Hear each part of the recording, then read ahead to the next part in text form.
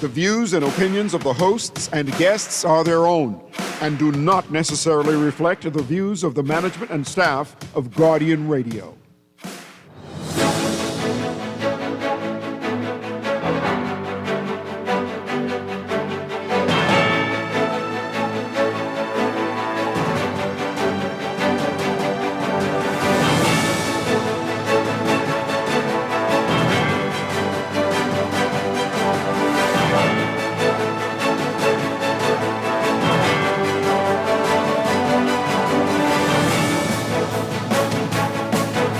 Good morning. On the alert, Jamaica bracing for Melissa, now a dangerous, deadly Category 5 hurricane. The Bahamas in the storm's path as well. We'll give you the latest. A man to be charged with a pregnant woman's murder today. And campaigning heating up ahead of by-election in Golden Isles. It's all straight ahead this morning. I'm Dwight Strachan, and this is Morning Blend. Wake up, it's a new day. Wake up, it's a new day. It's the start of a new way. Don't you know that it's the start of the end of the old way. Wake up, it's a new day. Good morning again, Bahamas. It is Monday, October 27th, 2025. This is Morning Blend on Guardian Radio 96.9. Again, I'm Dwight Strachan. In a moment, Deandra Cartwright will be joining us. Also this morning, we'll get a preview of this weekend's Christchurch Cathedral Street Festival. And later in business, it's HR Professionals Week, Human Resource Professionals Week, and we'll be talking with the Bahamas Society for Human Resource Management about their annual conference coming up in just a few days. That's ahead, but first, it's time for the overnight, the latest breaking news from while you're sleeping, and the top national and regional headlines this morning.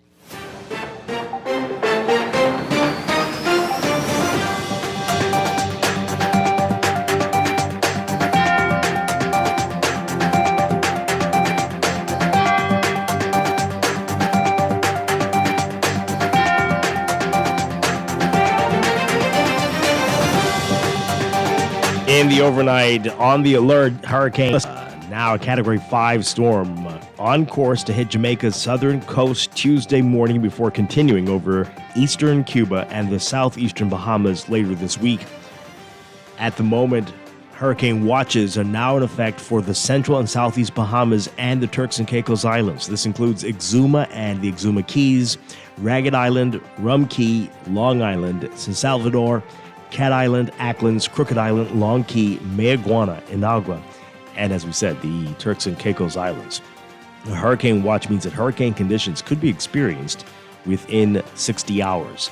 So as of 5 o'clock, the center of Hurricane Melissa was located near latitude 16.4 degrees north and longitude 77.8 degrees west, or about 130 miles south-southwest of Kingston, Jamaica, 425 miles south-southwest of Duncan Town in Ragged Island, and 415 miles southwest of Matthewtown in Inagua. That puts it about 520 miles southwest of Providenciales in Turks and Caicos, 500 miles southwest of Mayaguana, or 605 miles south of New Providence.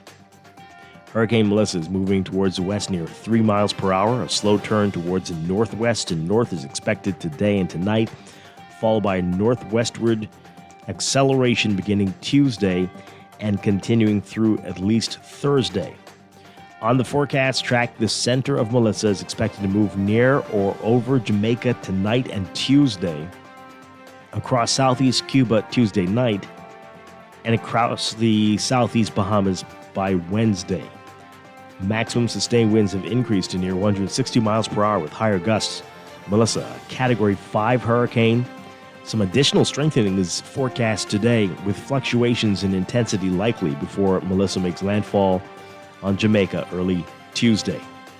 Melissa is expected to reach Jamaica and the southern coast and southeastern coast of Cuba as a powerful major hurricane, and will still be a hurricane. Will be at hurricane strength when it moves across the southeast Bahamas and the Turks and Caicos. Hurricane force winds extend 80 miles from the center and drops toward up to 195 miles. So everyone in the central and southeast Bahamas being advised to make precautions, make preparations for the possibility of hurricane or tropical storm conditions at least beginning Tuesday night or early Wednesday morning. Residents in the northern and northwest Bahamas should also pay close attention to this and be ready to make preparations for possible tropical storm or even hurricane conditions in a few days. Melissa, if it continues on the forecast track, could bring tropical storm or hurricane conditions to the southwest Bahamas, southwestern islands in the southeast Bahamas, including the Turks and Caicos Islands beginning Tuesday and the rest of the southeast and central Bahamas on Wednesday through Thursday. But the magnitude of potential impacts depends on the intensity of Melissa as it approaches the Bahamas. As we said, Melissa's forecast to interact with major mountains landmarks, such as those in Jamaica and Cuba or Hispaniola, and that could potentially weaken the system as it gets closer to the southeast Bahamas on Tuesday and Wednesday. Nevertheless, residents in the southeast and central Bahamas, as well as the Turks and Caicos Islands, should brace themselves for prolonged periods of strong winds, heavy rainfall, and that could lead to flooding, severe flooding, coastal inundation beginning Tuesday, should Melissa's forecast track hold.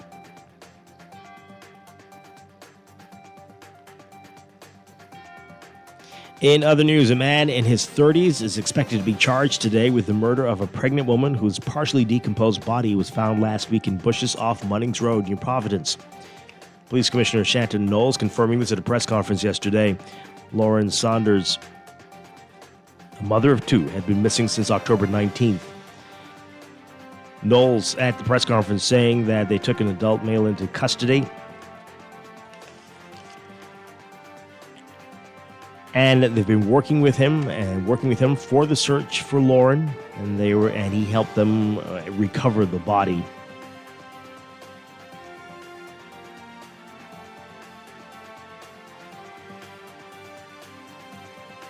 Now, the commissioner is saying that she offered her condolences to the family, met with the family just earlier in the day, Sunday, and that the family had already been given the information that was revealed in the press conference yesterday. Knowles did not confirm the cause of death. However, she said the police can proceed with the murder charge because of evidence collected. And she confirmed that the commissioner confirmed that Saunders did know the suspect.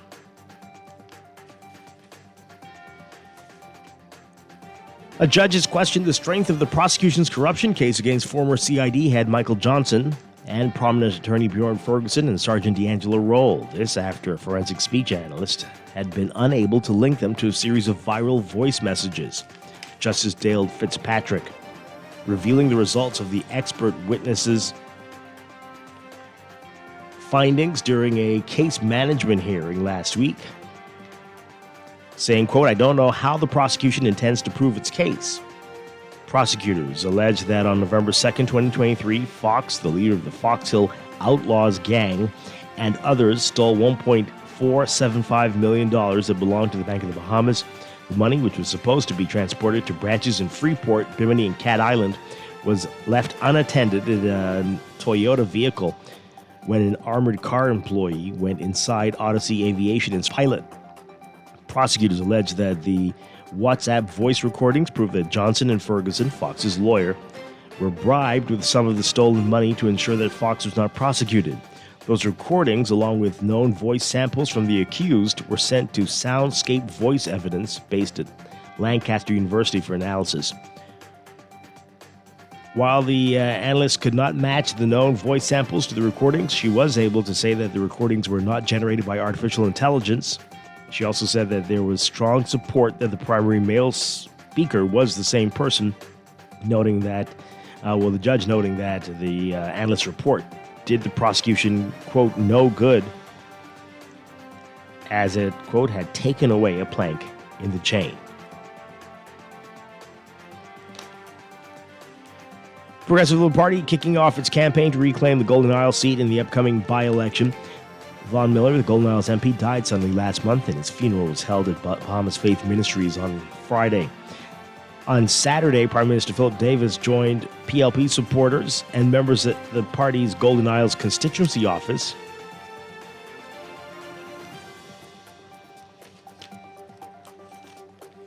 They head into the community for a walkabout. Prime Minister telling them that the party must win the seat.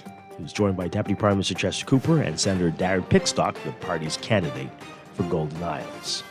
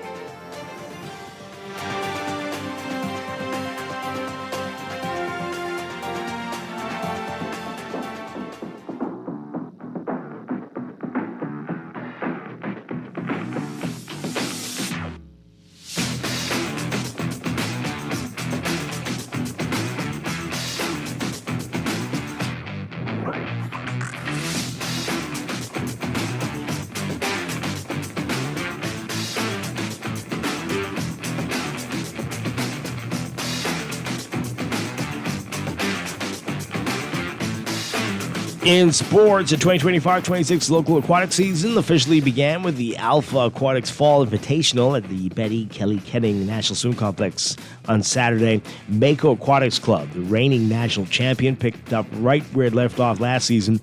The swim club finished with a total of 1,157 points to lead all teams. The Blue Wave Swim Club placed a distant second with 570 points, and the Barracuda Swim Club placing third with 396 points. Mako earning a whopping total of 114 medals, 53 gold, 39 silver, and 22 bronze. The Blue Waves getting 56 medals, 22 gold, 16 silver, and 18 bronze. Beast Aquatics coming away with 30 medals, including 15 gold, 8 silver, and 7 bronze. Bahamian professional boxer Carl Heald wreaking havoc on the professional boxing scene overseas. He had a successful defense of his World Boxing Association Fede Carib Super Welterweight and National Boxing Association Latino Super Welterweight titles at the 2025 Night of Boxing Brawl in Colombia last week. Heald earning a third-round knockout victory against Colombian Saider Vizcaino, improving to an undefeated 13-0-0 record. Heald spoke about how it felt to pull off his latest victory. You can read all about that in today's Guardian Sports section. And after an historic year with the New York Yankees, Bahamian professional baseball player Jazz Chisholm Jr. set for a pay increase in the 2026 season. Chisholm earning $5.85 million this past season and is likely to nearly double that amount through arbitration.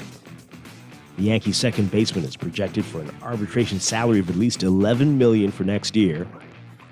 As listed by a website that provides contract information for professional athletes in the U.S. So according to reports, Chisholm is looking for a term deal, preferably with the Yankees. Reports say that the 27-year-old Bahamian star could sign a discounted rate with the Yankees if it meant a long-term deal ensures that he stays in New York. As he said, Chisholm did have an historic year, becoming just the third Yankees player in their 122-year history to have a 30-30 season, indicating a season of at least 30 home runs and 30 stolen bases.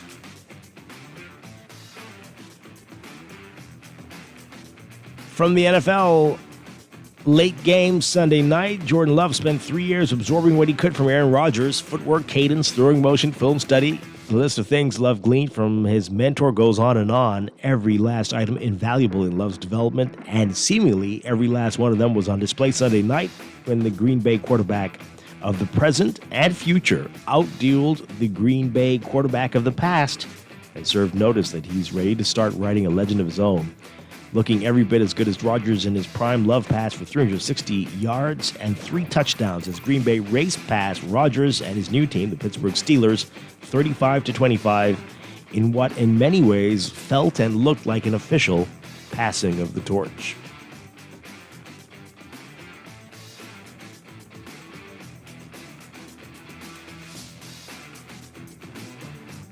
Green Bay now improving to 5-1-1 in contention in a wide-open NFC. The Steelers now at 4-3.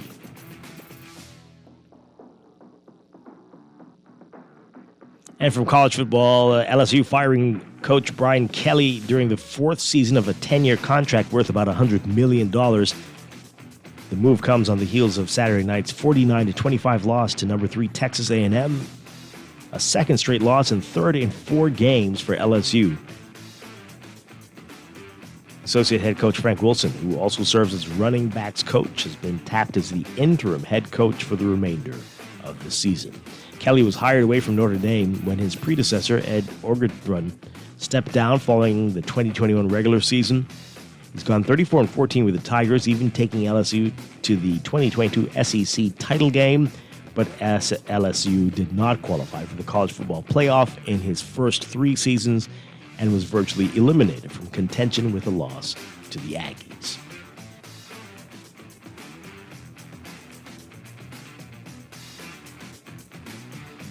And Game 3 of the World Series tonight in Los Angeles. The series tied at 1 apiece for the Toronto Blue Jays and the Los Angeles Dodgers. That's sports, and that's the overnight. Time for your first look at weather.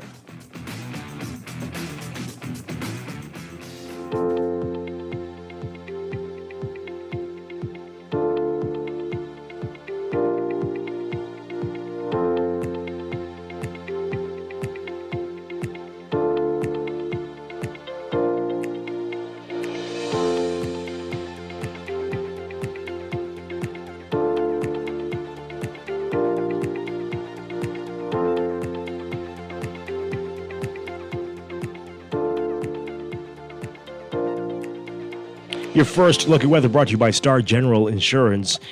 So as we told you, there's a hurricane watch in effect for the central and southeast Bahamas and the Turks and Caicos Islands. We'll give you more on that in just a bit. So streaming tropical moisture associated with Hurricane Melissa, now a Category 5 hurricane just south of Jamaica. That's supporting some shower activity already over the central and southeast Bahamas. Meanwhile, the tight pressure gradient across the country will loosen later today, and that's going to result in moderate to fresh winds becoming light to moderate by this evening. The combination of sea swells and wind-driven waves will continue to produce rough and dangerous seas along all Atlantic-exposed beaches and the Great Bahama Bank today. So Hurricane Melissa is forecast to affect the southeast Bahamas beginning Tuesday, tracking across the southeastern islands by early Wednesday and moving out of the area by Thursday. But hazardous marine conditions will continue ahead of Hurricane Melissa and during the storm's passage. After that, a cold front's expected to move into the northern and northwest Bahamas by Halloween, by Friday, and that's going to lead to increased shower chances across the area. After that front moves through, expect drier, more stable conditions, cooler conditions as well. For today, though, beachgoers and swimmers are urged to stay out of the water due to hazardous rip currents and rough surf along north and east coast facing shores throughout the country. Your forecast for today for the northern and northwest Bahamas, partly cloudy to cloudy, becoming fair tonight. A 20 to 40% chance of isolated showers and thunderstorms, more widespread for the extreme northern islands. Wind southeasterly at 15 to 20 knots, becoming southerly at 10 knots or less tonight for the extreme northern islands. East to southeast at 15 to 20 knots, becoming southeasterly at 10 knots or less tonight for the northwest Bahamas. For the central islands, partly cloudy to cloudy today through tonight. Again, the central islands are under hurricane watch. A 30 to 50% chance of widely scattered showers and isolated thunderstorms today. Winds east to southeast at 15 to 20 knots, becoming southeasterly at 10 to 15 knots tonight. And the southeast Bahamas, under hurricane watch, cloudy conditions expected today through tonight. A 40 to 60% chance of scattered showers and isolated thunderstorms. Winds southeasterly at 15 to 20 knots, falling to 10 to 15 knots tonight. Temperature-wise today, we're looking at highs in the mid-80s, around 86 Fahrenheit, about 30 Celsius.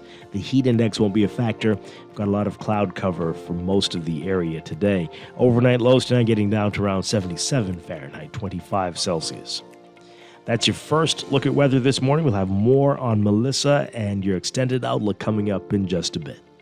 This weather check brought to you by Star General, insurance made simple.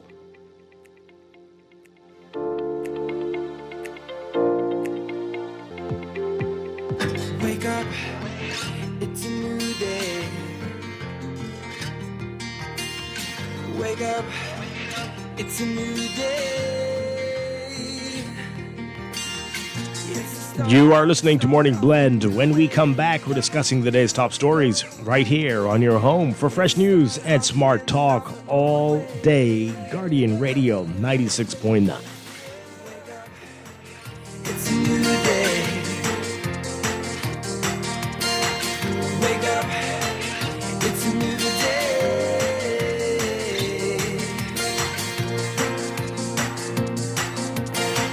For fast, reliable, and impactful printing services, look no further. Let Printmasters bring your masterpiece to life. We stand by our quality products that is second to none. Our affordable pricing and friendly, efficient staff makes Printmasters the ultimate choice for all your printing needs. We can deliver any printing services, from banners to booklets to business cards. You name it, we can print it. Let Printmasters bring your masterpiece to life. Located in the Nassau Guardian Building, telephone 302-2361. Screws and Fasteners World, Balfour Avenue and Palm Beach Street, has those hard-to-find fasteners for you right now. You can find stainless steel regular hex, carriage bolts, galvanized bolts, threaded rods, nails, self-tap screws, sex bolts, anchor bolts, turnbuckles, masonry tools, hand tools, and weed whacker strings. Check out the rope selection and car body fasteners, too. Special orders are welcome. It's your #1 fastener store. Screws and Fasteners World, Balfour Avenue and Palm Beach Streets. Call 326-1976. Mom, the Christmas cookies are ready. We leave them right here under the tree for Santa or for CIBC Caribbean. 'Tis the season for dreams to come true. Whether it's a house, land, vehicle, or upgrading your home, CIBC Caribbean can support your dreams with the financing you need. Enjoy incredible cashback deals with mortgages and land loans. Plus, your approved loan gives you a chance to win up to US $5,000. Apply now at www.cibccaribbean.com/sweeten the season. Terms and conditions apply. Looking to elevate your gadget game, or a tech trouble simply slowing you down? Escape to a world of innovation at Custom Computers, your go-to store for the latest cutting-edge tech. Whether you need to upgrade your life with the best from Apple and Windows, or your device needs a little TLC, the Custom Computers Know-How Store is the destination for unbeatable expertise and quality repairs. With 2 convenient locations, there's a Custom Computers near you on Patton Street in Palmdale and Caves Village, or call 396-1100. It's time to upgrade the way you enjoy at-home entertainment. Alive Fiber is here. Enjoy all your favorite channels and streaming apps, all at lightning-fast internet speeds with affordable bundles, and it's only a click away. Visit www.alivefiber.com to sign up now. Stay connected, live your life. It's good to be alive.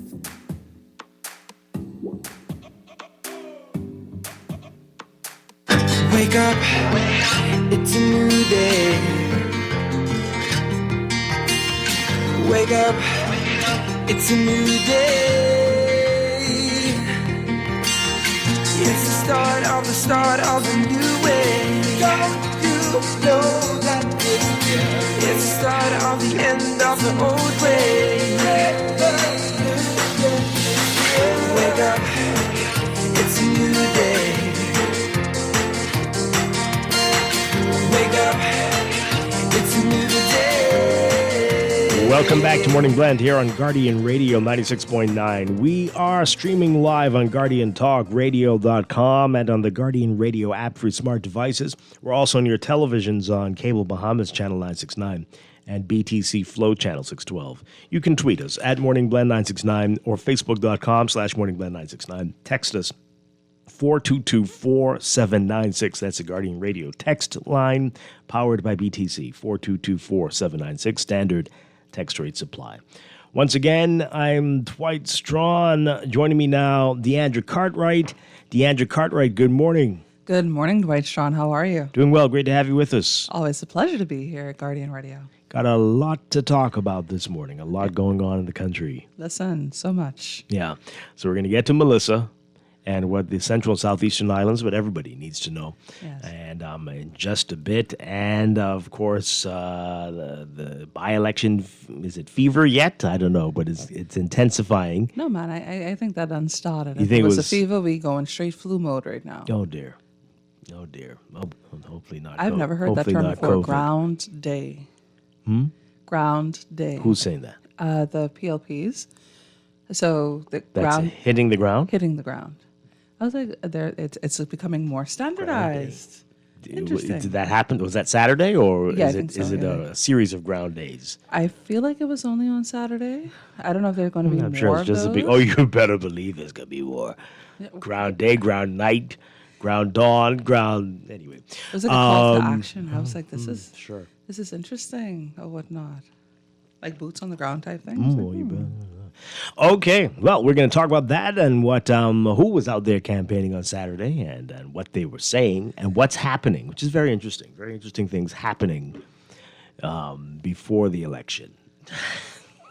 It's election time. But why, are you surprised by any of it? Come on now. None of the people are incumbents, so I'm surprised by some of the things happening. Quite, but anyway, and more of what's happening in the news. We'll get to that. But also this morning we are going to be talking about the upcoming Christchurch Cathedral Street Festival, the annual festival, this Saturday, and we'll get details about that. And did you know it is Human Resource Professionals Week? I think I did see something Yeah. about that. So we're going to be talking with the Bahamas Society for Human Resource Management about their work and about their annual conference. Some really interesting things going to be coming out of their conference. Some discussions that all workers, anybody who works with people, needs to be thinking about. So pretty cool stuff. That's what we're getting to today. But let's begin with more of what's in the news.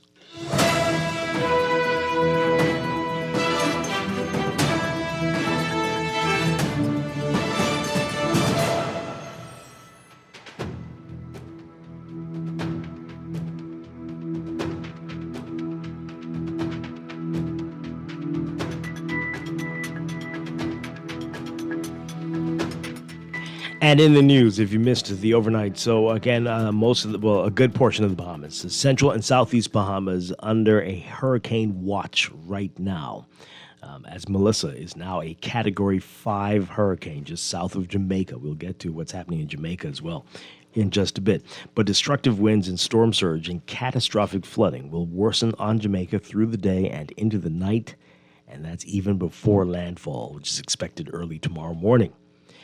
So for the Bahamas, a hurricane watch is now in effect for the central and southeastern islands and the Turks and Caicos Islands.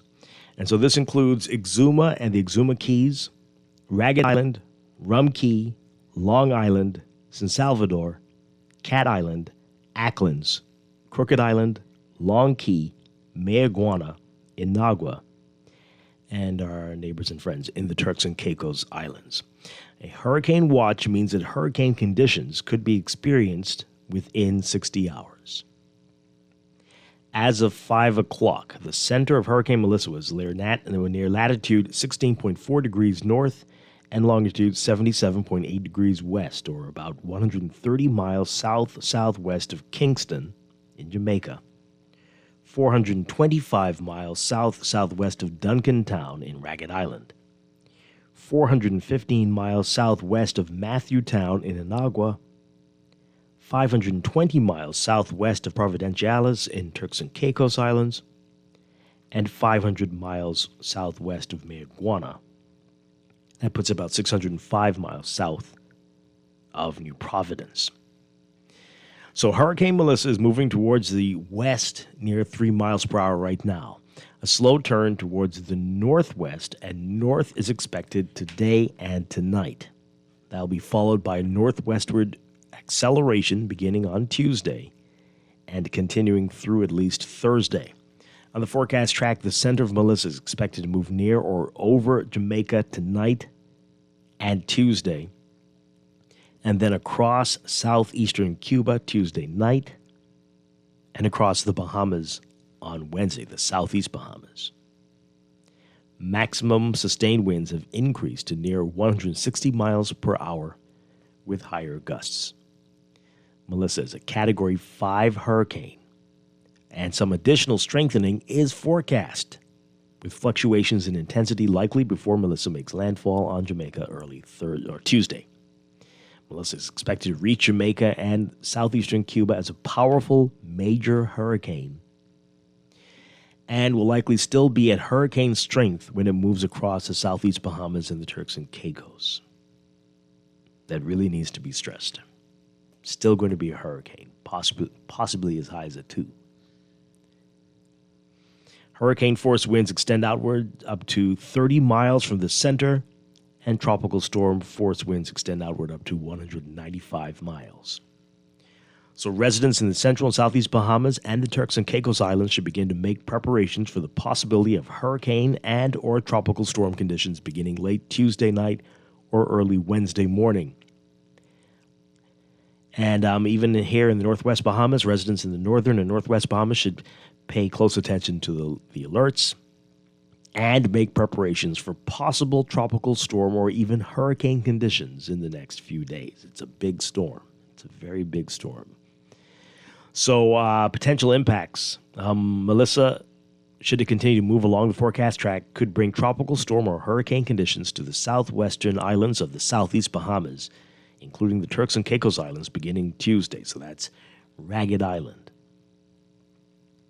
and Inagua and eventually Crooked Island and Acklins, right? Residents in the central and southeast Bahamas will see worsening conditions on Wednesday through Thursday. However, the magnitude of potential impacts depends on the intensity of Melissa as it approaches the Bahamas. Melissa is likely to interact with major mountainous landmarks, such as those in Jamaica and Cuba or even Hispaniola, which could potentially weaken the system slightly as it nears the southeast and central Bahamas late Tuesday and Wednesday. Residents in the southeast and central Bahamas, as well as the Turks and Caicos Islands, should brace themselves for prolonged periods of strong winds, heavy rainfall that will lead to severe flooding and coastal inundation beginning Tuesday, should the track hold. And there's going to be another update around 9 o'clock from the Department of Meteorology. But again, the hurricane watch in effect for the central and southeast Bahamas and the Turks and Caicos Islands, and this includes Exuma and the Exuma Keys, Ragged Island, Rum Key, Long Island, San Salvador, Cat Island, Acklins, Crooked Island, Long Key, Mayaguana, Inagua, and the Turks and Caicos Islands. So, right now, Jamaica is bracing for it, and very few people who aren't extremely old have ever faced anything like this in Jamaica. The closest they had, and there's a whole generation born since Hugo in the 80s. But Melissa intensified now to a Category 5 strength hurricane as it nears Jamaica with up to 30 inches of rain and life-threatening storm surge.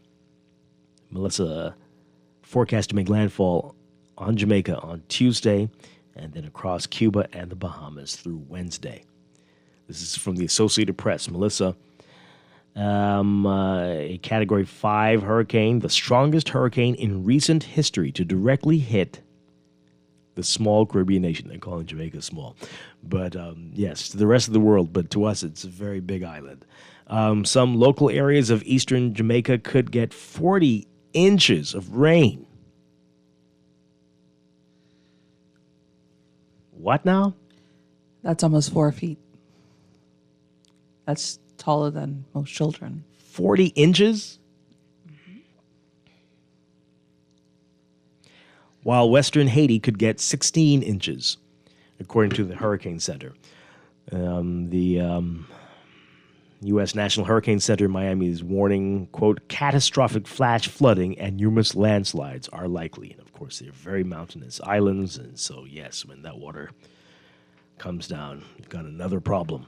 The slow-moving storm has killed at least 3 people already in Haiti and a 4th person in the Dominican Republic, where another person remains missing. The deputy chairman of Jamaica's Disaster Risk Management Council, Desmond McKenzie, says, quote, I want to urge Jamaicans to take this seriously. Do not gamble with Melissa. It's not a safe bet. The hurricane is expected to make another landfall later Tuesday in eastern Cuba. A hurricane warning is in effect for Granma, Santiago de Cuba, Guantanamo, and the Holguin provinces, while a tropical storm warning was in effect for Las Tunas. Up to 20 inches of rain forecast for parts of Cuba. Wow, along with a significant storm surge along the coast. So Melissa could be the strongest hurricane Jamaica has experienced in decades, according to the principal director at Jamaica's Meteorological Service, Evan Thompson. He's warning that cleanup and damage assessment would be severely delayed because of anticipated landslides, flooding, and blocked roads.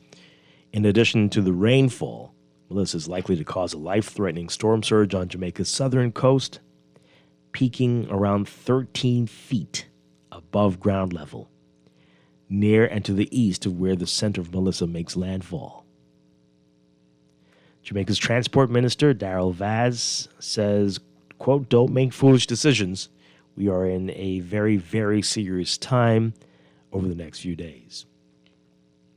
So the storm has already dropped heavy rain in the Dominican Republic, where schools and government offices were ordered to remain closed today in 4 of 9 provinces, still under red alert. Melissa damaged more than 750 homes across the country, displacing more than 3,760 people. Floodwaters have cut access to at least 48 communities. In neighboring Haiti, the storm destroyed crops in 3 regions, including 37 acres of maize at a time when at least 5.7 million people, more than half the country's population, is experiencing crisis levels of hunger, with 1.9 million of those facing emergency levels of hunger. Melissa is expected to keep dumping torrential rain over southern Haiti and the Dominican Republic in coming days. Wow. Wow, that is just unbelievable. So, we have quite a few people, Bahamians in Jamaica, and many students at UWI, and the government being quite proactive on this and sent a charter to pick them up over the weekend, thank God. 80 students were evacuated from Jamaica on Friday.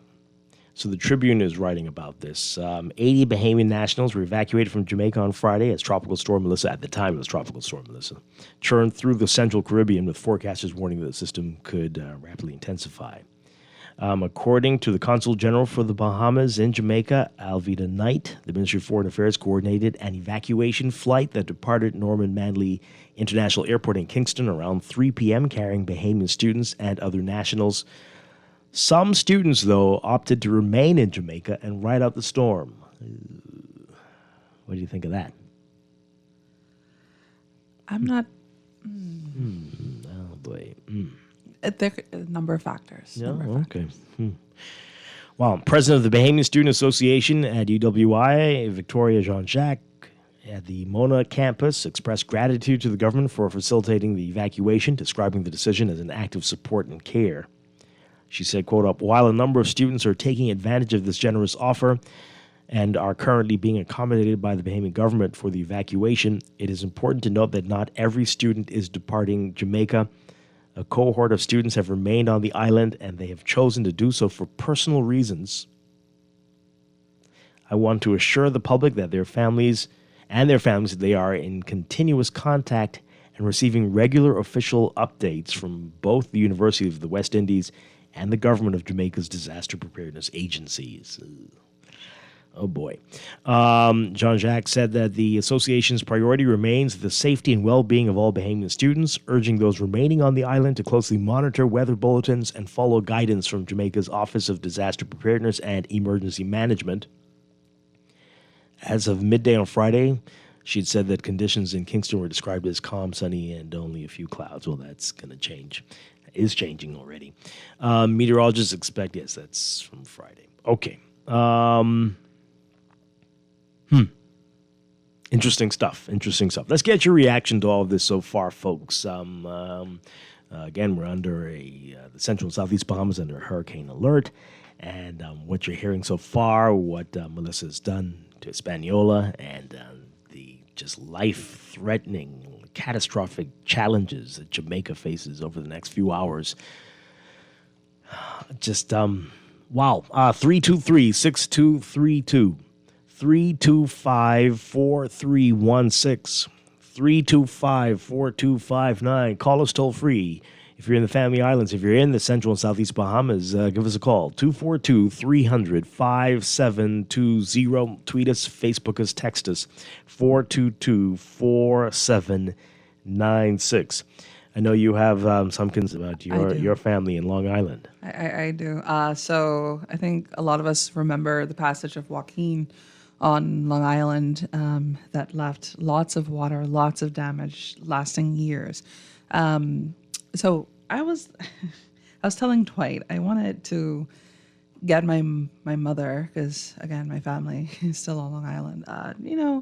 Bring her here on New Providence, just in case. So I just went over to Bahamas Air's page. There are no empty seats on any flights. I mean, England already struggles with transport, but there are no seats on any Long Island until I guess Saturday, and that was last night. So it's probably Everything's booked up. Everything's booked up. And that was before we had Melissa. It was booked up until 26th because I had tried for another reason, right? And so when I checked last night, I'm like, even if I want to get my mother off on a commercial flight, there is no possibility of doing so. But then also, the major shelter, which is our community center in Clarence Town, is located in the southern part of the island, which is going to be getting impacted by Melissa because according to projections, it's passing right between my island and a few others. And those bands, the most intense winds, are going to hit that part. It's the largest shelter that can hold 100 persons. All others can only hold maybe 20 persons, 30 persons. And those of us who have memories of Joaquin, because I would have gone home to help with the efforts after the passage, days after the water was still waist deep.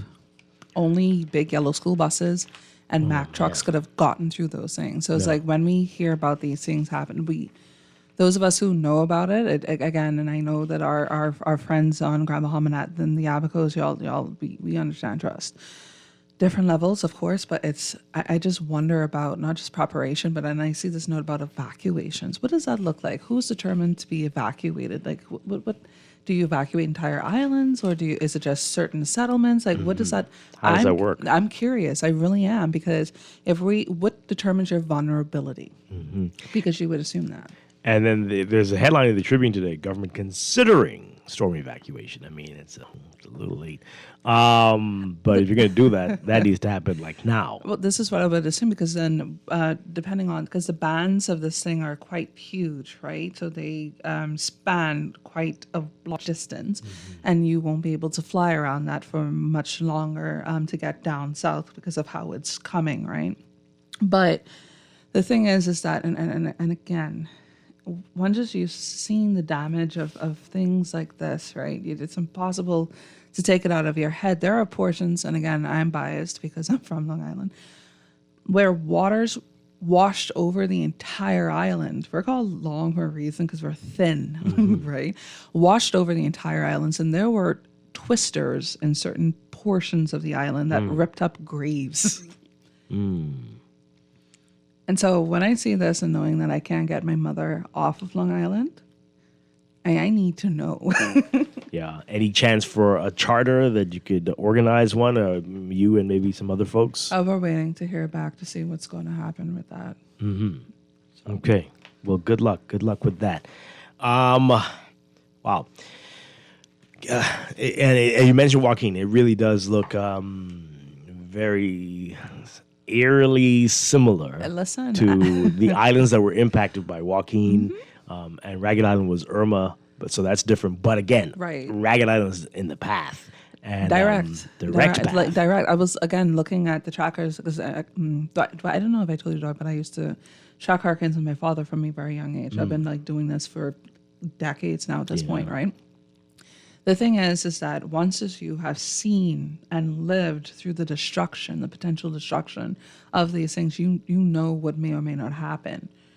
And some of these islands either have never recovered or are still recovering from it, from these disasters. And I just wonder about when we talk about preparation, evacuation, are we considering not just those of us on New Providence, but how are our family islands truly prepared to go through things like this and consideration of an evacuation?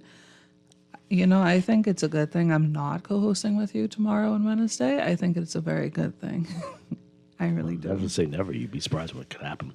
All right. So let me just read a little bit of this story. This is in the Tribune today. The government's preparing to possibly evacuate people from the southern islands as Hurricane Melissa, which is now a Category 5, moves towards the southern and central islands. Officials yesterday warned that the storm could bring life-threatening flooding, hurricane-force winds, and coastal inundation, particularly affecting Mayaguana, Inagua, Crooked Island, Acklands, Ragged Island, and the Turks and Caicos Islands. An official evacuation order from the Prime Minister may be issued in the next few days. Well, okay. Depending on Melissa's path and intensity. Now, this was yesterday, so I don't know. But we know that the conditions are expected to start deteriorating tomorrow. For these islands. And so maybe and possibly considering these are unusual words and decisions need to be made like now. But hopefully it is still early. It's 7:42. It's early. And maybe by 9, 10 o'clock, things will be very clear. Yeah, I'm hearing a whisper of a announcement of some sort. I don't know exactly on what, around 9 o'clock or so. Okay, well, I guess you have to coordinate. You got to get the planes. You got to get a lot of things sorted out and figure out where to put people. And you have to be careful, too, knowing how unpredictable these storms are. If there is a little movement to the north, you could be bringing people into even more danger, right? It's very tricky, very tricky. That's the thing, because I was thinking, I was looking at, the projections, and a slight westward shift. I'm like, do we understand that when you say slight, what that actually could be? So I honestly feel like all eyes should be on it. Yeah. It doesn't matter where if you're not in the southeast islands right now, like you need to watch this. Entire because Bahamas. The thing is, things change so very quickly. Not that we're fear-mongering, I just want to make that clear. But again, the weather is unpredictable. We've seen that with many storms before. So just keep an eye on it. I just also want to say that we have two entities, and I'm following both. One has a WhatsApp channel, the other one does not, unfortunately. So the Disaster Risk Management Authority has a WhatsApp channel, so they're issuing their updates there, as well as on their Facebook pages. But also, the Department of Meteorology, Bahamas Meteorology is what they're called on Facebook. They're updating by the hour, once they have that out. So every hour, every 3 hours is with the official one. So once you're following those two pages, you should be in the know. Yeah. All right. So we are going to take a break. When we come back, there are some other things making news on this Monday morning, but we'll have the very latest on all the alerts coming in from the various departments throughout the morning, throughout the day here on Guardian Radio and with the Guardian News Network. But let's take a break now, and we'll get back with more of what's in the news in just a bit. This is Morning Blend on Guardian Radio 96.9. Stay with us.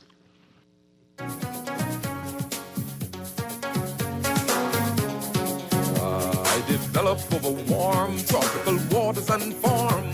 From a tropical depression to a tropical storm, I increase my strength to a hurricane, packing deadly winds and torrential rain. Hurricane a coming, you better batten down. Hurricane a coming, it's so big and strong. Hurricane a coming, you better not delay. You better find shelter, cause it's headed your way. This is Guardian Radio 96.9 FM, streaming on GuardianTalkRadio.com and the Guardian Radio app, Nassau, Bahamas. It is time for your first look at traffic for the morning, brought to you by RBC. With RBC, your ideas happen here. In real-time traffic, we are seeing some heavy traffic on Milo Butler Highway. So that's from just north of Fire Trail straight up to Tawny Williams-Darling Highway. You're going to see that there if you're heading northbound. And traffic backed up a bit along Tawny Williams-Darling Highway as well, westbound to that roundabout. Seeing some building traffic on Blue Hill Road, just north of Soldier Road, heading northbound towards the roundabout with Independence Drive. And a similar story on East Street, just north of Soldier Road on the way to the East-West Highway, Independence Drive roundabout. Traffic's going to pick up once again north of that area near Robinson Road as well, and closer to Wolf Road if you're heading northbound. Elsewhere, we have slow-moving traffic on Prince Charles Drive just west of Beatrice Avenue, on the way to Soldier Road if you're heading westbound. And some slow-moving traffic on Carmichael westbound to Coral Harbor Road. That's your real-time traffic and your Morning Blend traffic alert, brought to you by RBC. With RBC, your ideas happen here.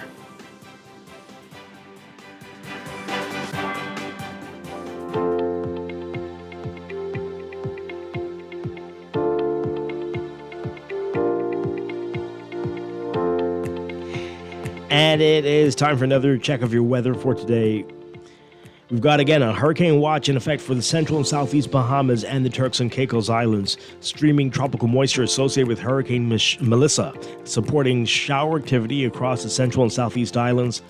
The tight pressure gradient across the country will loosen later today. That's going to result in moderate to fresh winds becoming light to moderate by this evening. The combination of sea swells and wind-driven waves will continue to produce rough and dangerous seas along all Atlantic exposures and the Great Bahama Bank. Hurricane Melissa is forecast to affect the southeast Bahamas beginning early Tuesday, tracking across the southeast Bahamas by early Wednesday, and exiting the area by Thursday. But hazardous marine conditions will continue ahead of Melissa and behind it.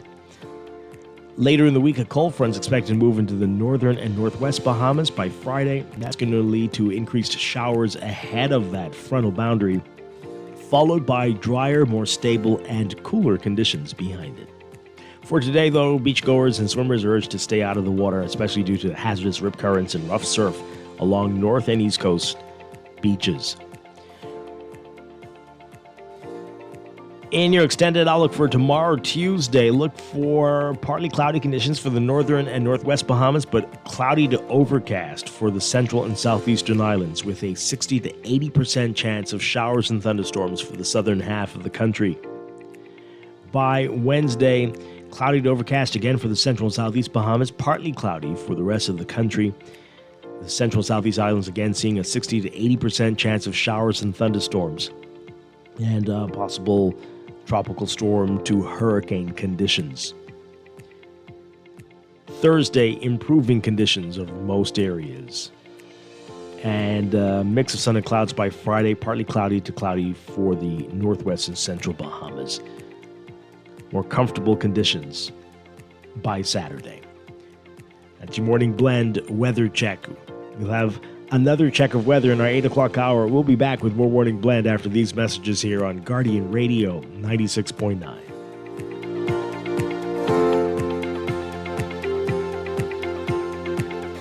Maybe it's time to explore your options. There's no harm in reviewing your mortgage arrangement and considering a better deal. CIBC Caribbean can help you narrow your search and decide. Switch your mortgage to CIBC Caribbean and enjoy a special interest rate and help towards your switching cost. Visit CIBCFCIB.com/inspired home for more information. Conditions apply.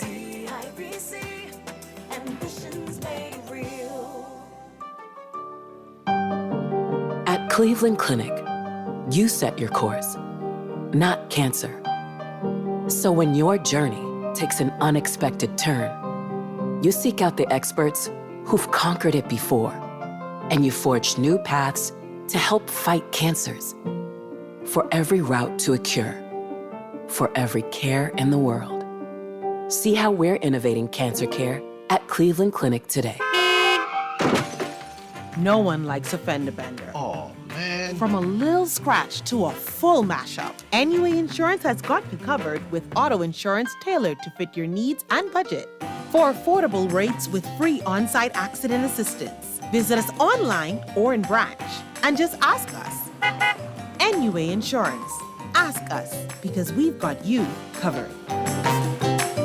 Southwest Plaza has so many stores, I've been trying to find a sensible way to list them all. There's CBS Bahamas, the Ashai Institute, BENC Snack World, Bamboo Shack Bahamas, Air, the Athlete's Foot, and BTC, Games and More, John Bull Fine Threads, Alive Bahari, Dairy Queen, 700 Wines and Spirits, Sandy's Clocks and Island Luck, Starbucks and Lowe's Pharmacy, plus Marco's Pizza and Lorraine. Southwest Plaza, what a wide array of stores. Southwest Plaza, stop by today and explore. Maybe it's time to explore your options. There's no harm in reviewing your mortgage arrangement and considering a better deal. CIBC Caribbean can help you narrow your search and decide. Switch your mortgage to CIBC Caribbean and enjoy a special interest rate and help towards your switching cost. Visit CIBCFCIB.com/inspired home for more information. Conditions apply.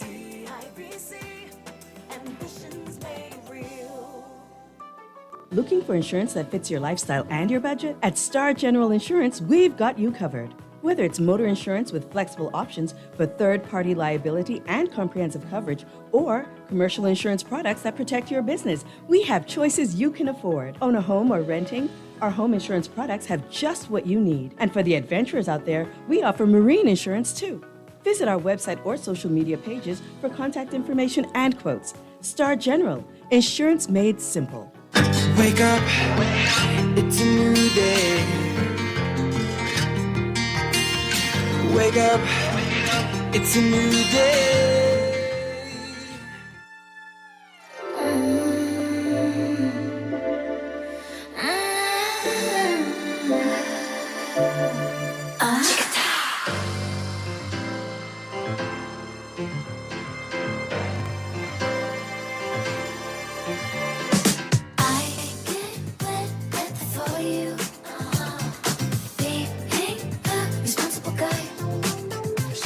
We are back with more regarding Radio 96.9. Dwight Strawlow, Deandra Cartwright on this Monday morning. Okay, so there's a lot in the news this morning to talk about, including the campaigning for the by-election and nomination day coming up on the 31st, Halloween.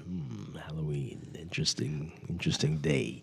Indeed. Mm-hmm. Was it purposeful, or is this also in alignment with the either death or burial of Mr. Miller? Is that like, how did they choose this day? I don't know. I can't imagine. Okay. But hey, all right, so we're going to get to that in a bit, but there's an interesting story here that you need to listen to. So this is in the Tribune today. RBDF officer faces 20 years in U.S. cocaine plot case. So you remember this story. A former Royal Bahamas Defense Force officer faces up to 20 years in prison and a $1 million fine after pleading guilty on Friday for his part in a plot to traffic cocaine to the U.S. So this was part of that indictment. And there were reports last week that he was going to do a plea deal and change his... he was going to plead guilty. Right? Mm-hmm. So Darren Alexander Roker admitted one count of cocaine importation conspiracy at a court in New York, the first member of the group of 13 men to plead guilty. Roker told the court that he gave information to drug smugglers about the location of law enforcement vessels to ensure they would not be intercepted. Addressing the court, Roker said that between 2021 and 2023, he was paralyzed and prostate cancer. It spread to his spine. Shortly after returning to work, he got involved with Lord. Okay.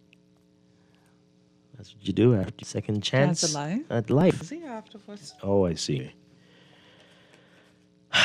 Participation was that I was supposed to get their law enforcement vessels with figures would not be intercepted. The former chief petty officer is facing up to 20 years in prison when he's sentenced on January 21st next year over the plot, which caused a scandal among law enforcement in the Bahamas.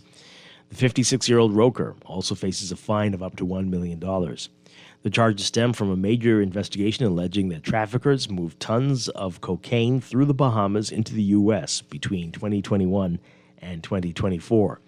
Drug traffickers are said to have worked closely with their pilots and corrupt officials to fly their shipments from Central and South America to the Bahamas for eventual distribution to the U.S. 2 officers of the Royal Bahamas Police Force, one of whom was a chief superintendent, and one purported Bahamian government officials, were also... Okay. Anyway, I don't know about this part here. Appearing at the federal court in New York, Roker wore a tan-colored prison-issued top and pants. His legs were in shackles, and 2 U.S. Marshals stood behind him. During the hour-long hearing, U.S. District Judge Gregory Woods read through a series of questions to ensure Roker was competent. Roker answered yes, sir, and no, sir, depending on the question, right? Okay. Judge Woods read Roker his rights and that he was giving up by pleading guilty, including the right to a jury trial. Roker confirmed that he understood. The judge also warned that the guideline sentence was of 20 years, but said that it was not binding and said that at this point, quote, I just don't know what the sentence would be. Roker's lawyer, Martin Roth, said he had spoken to his client the night before and that he understands everything. And that the plea was, quote, clearly in his best interests. Prosecutor Jonathan Bodansky telling the court that had the case gone to trial, the evidence would have included testimony from law enforcement officers and confidential sources, and that the jury would have been shown audio and video recordings of meetings between Roker and the conspirators and surveillance photos of the targets of the investigation. There would have also been evidence from electronic devices. It sounded like they had a very good case. A tight case, yes. The Bodansky said that Roker accepted $20,000 in November 2024 as an upfront payment for providing information to drug traffickers. Speaking after the hearing, Roth said that Roker had pleaded to a lesser included offense. The indictment includes specific amounts of drugs being trafficked, but Roker did not admit to them. And Roth, his lawyer, said, quote, the advantage is that there is no minimum prison sentence with this plea. If he hadn't pled, then he would have faced a minimum prison time. Roker was involved right at the end of the conspiracy, within the last 30 days of it. He was brought into a meeting with another conspirator. He was paid, and he was arrested shortly afterwards. Wow. His participation was very minor, and I hope the judge will take that into account at sentencing. Okay. Roker's conduct is one of what the prosecutors call, quote, drug-fueled corruption that has made the Bahamas an increasingly important point of entry for narcotics traffickers heading to the U.S. Yikes. As you recall, before we go to the news, among the other defendants is 51-year-old Elvis Nathaniel Curtis, police force chief superintendent who oversaw aviation operations for the force. And prosecutors claim that in exchange for cocaine-fueled bribes from drug traffickers, Curtis abused his position to facilitate the transportation of narcotics and drug trafficking.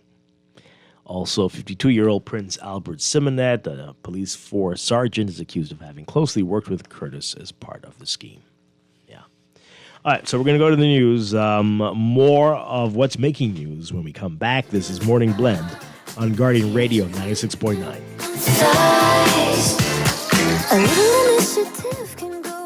News. Here's the Sure-winning art store moment from Shelley and Dee Dee. We're the only full art store in the Bahamas. If we don't have it, we make a list, and trust me, our boss can get that. If you need that, he can get that. You can find sketchbooks, acrylics, the canvases in all sizes, stencils. We have the Angelus that they use on shoes and letters. We're the only persons in Nassau that carries the Montana spray. We have the Krylon sprays, watercolor and paints, the oil, chalk paints, the alcohol paint, metallic paints, the little Floetrol, and we have cleaning products for the artists, thinning products for the artists, and Crayola colors, and glitters, pencils, the Posca markers, and pastels, oil, and the acrylic pastels, dyes. Oh yeah, we also have airbrush paint. I didn't forget that part of the movie. Gift sets, hobby craft, Oil, shrimp, clays. stew, shrimp gumbo. But art supplies. We have a lot of them. Sherwin-Williams Art Store. Find colour in every day.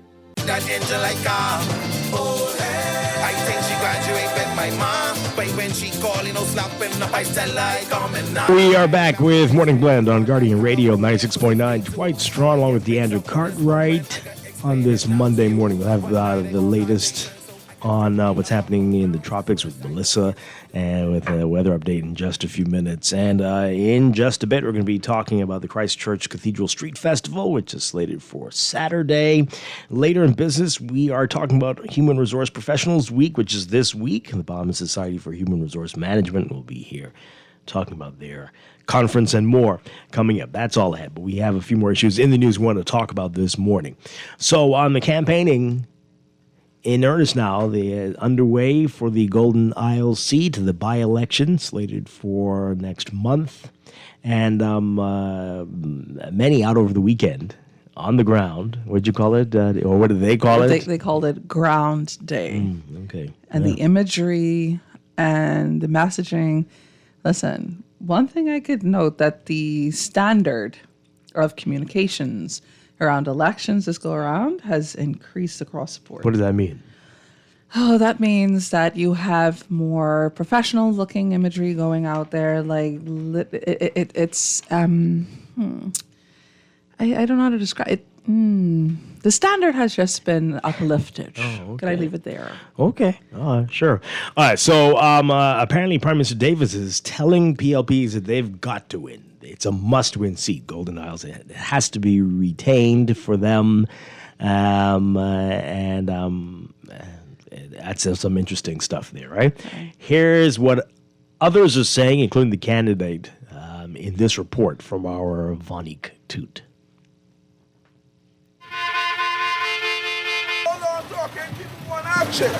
The Progressive Liberal Party has ramped up its campaign in Golden Isles ahead of the November 24th by-election, with Prime Minister Philip Davis, PLP candidates, and supporters hitting the ground on Saturday to canvass residents of the community. Candidate for the area, Senator Darren Pickstock, has released a 10-point plan, which includes roadworks and a community center. We are building on our... We have started paving on Spikenard Road. We've moved on to Harmony Street, and we are going on to Unison Road. In fact, Unison Road has already been paved. We have paved Unison Road, and we are moving further west, and we are going to address every infrastructural road problem in this community. So, and that is on my 10-point plan, and I encourage all to view my 10-point plan and see what I plan to do in this community, including the construction of a community center. The by-election will be held to fill the seat in Parliament left vacant following the sudden death of Golden Isles Member of Parliament Vaughn Miller. Pickstock says he hopes to become the new voice of constituents in the House of Assembly. It is extremely important, and that is, we are here to win, and we are going to win. By the grace of God, we are going to win this seat, and with the help of the residents of Golden Isles. Okay. Among those canvassing the community over the weekend was newly ratified PLP candidate for Fort Charlotte, Sebas Bastian. Yeah, I'm on the ground here to support Mr. Pickstock, and obviously one of the most valuable things that we're trying to be able to render to him is information.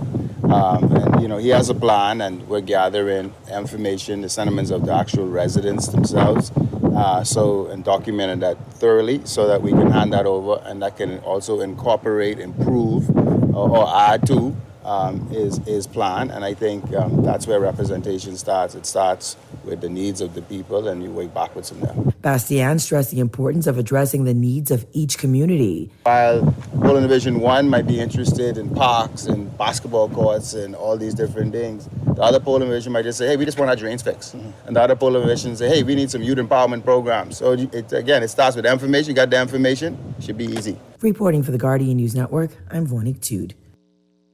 Okay, let's get your reaction to that, folks. We've got a few weeks of this to go. Let's hear from you. 323-6232, 325-4316, 325-4259. Call us toll free, 242-300-5720. Tweet us, Facebook us, text us, 422-4796. All right, let's go to the phone lines. Good morning, caller. You're on the air. Morning, how you doing? Doing well.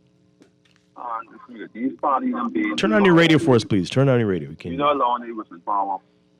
I mean, especially the PLB government. We have to look at the way back how long these two parties were in power, and the country still in analog. See, every road one time ago, only up in the ghetto areas and the little urban areas, them used to have potholes. We have potholes and flooding everywhere now. North, west, east, south of this country. You understand where I come from? So, the Bahamian people could be worrying about real roads and parks and all of that. And the dogs, them, and enjoy them because they go in the park late night and shit, stone it up and do all the things. And all. We don't have no time because the children, the parents don't have to wait 2 and 3 jobs just to be in this country for us to survive. So how do you go in the parks and do all these different things? The people got to wake up and smell the coffee. They say they need a net chance for that. But they need a net, but they need the wind for. They have it all in years. And ain't nothing going on. That place, the area still flooding and this and that and all, and still need the thing. If they was doing a good job, Dwight, they wouldn't have to ask. They didn't even have to campaign. They wouldn't even have to campaign and bring all the basics. They was doing a good job. Okay. All right. Thank you very much. Appreciate it. I did think it was very interesting that the paving is happening now, and there is no incumbent, as I was saying earlier, right? These are all candidates, but the paving is happening. Okay. Maybe Interesting. we're waiting for cooler months. A cooler time to pave. Just happens to coincide with the by-election. I don't know if that's how it works, but okay. No? But I'm sure they would love to steal that from you to say that's why they're waiting. Giving them ideas. Call. You're right. I hope you're happy. Good morning, caller. You're on the air. Good morning, Dwight. Hi. Good morning.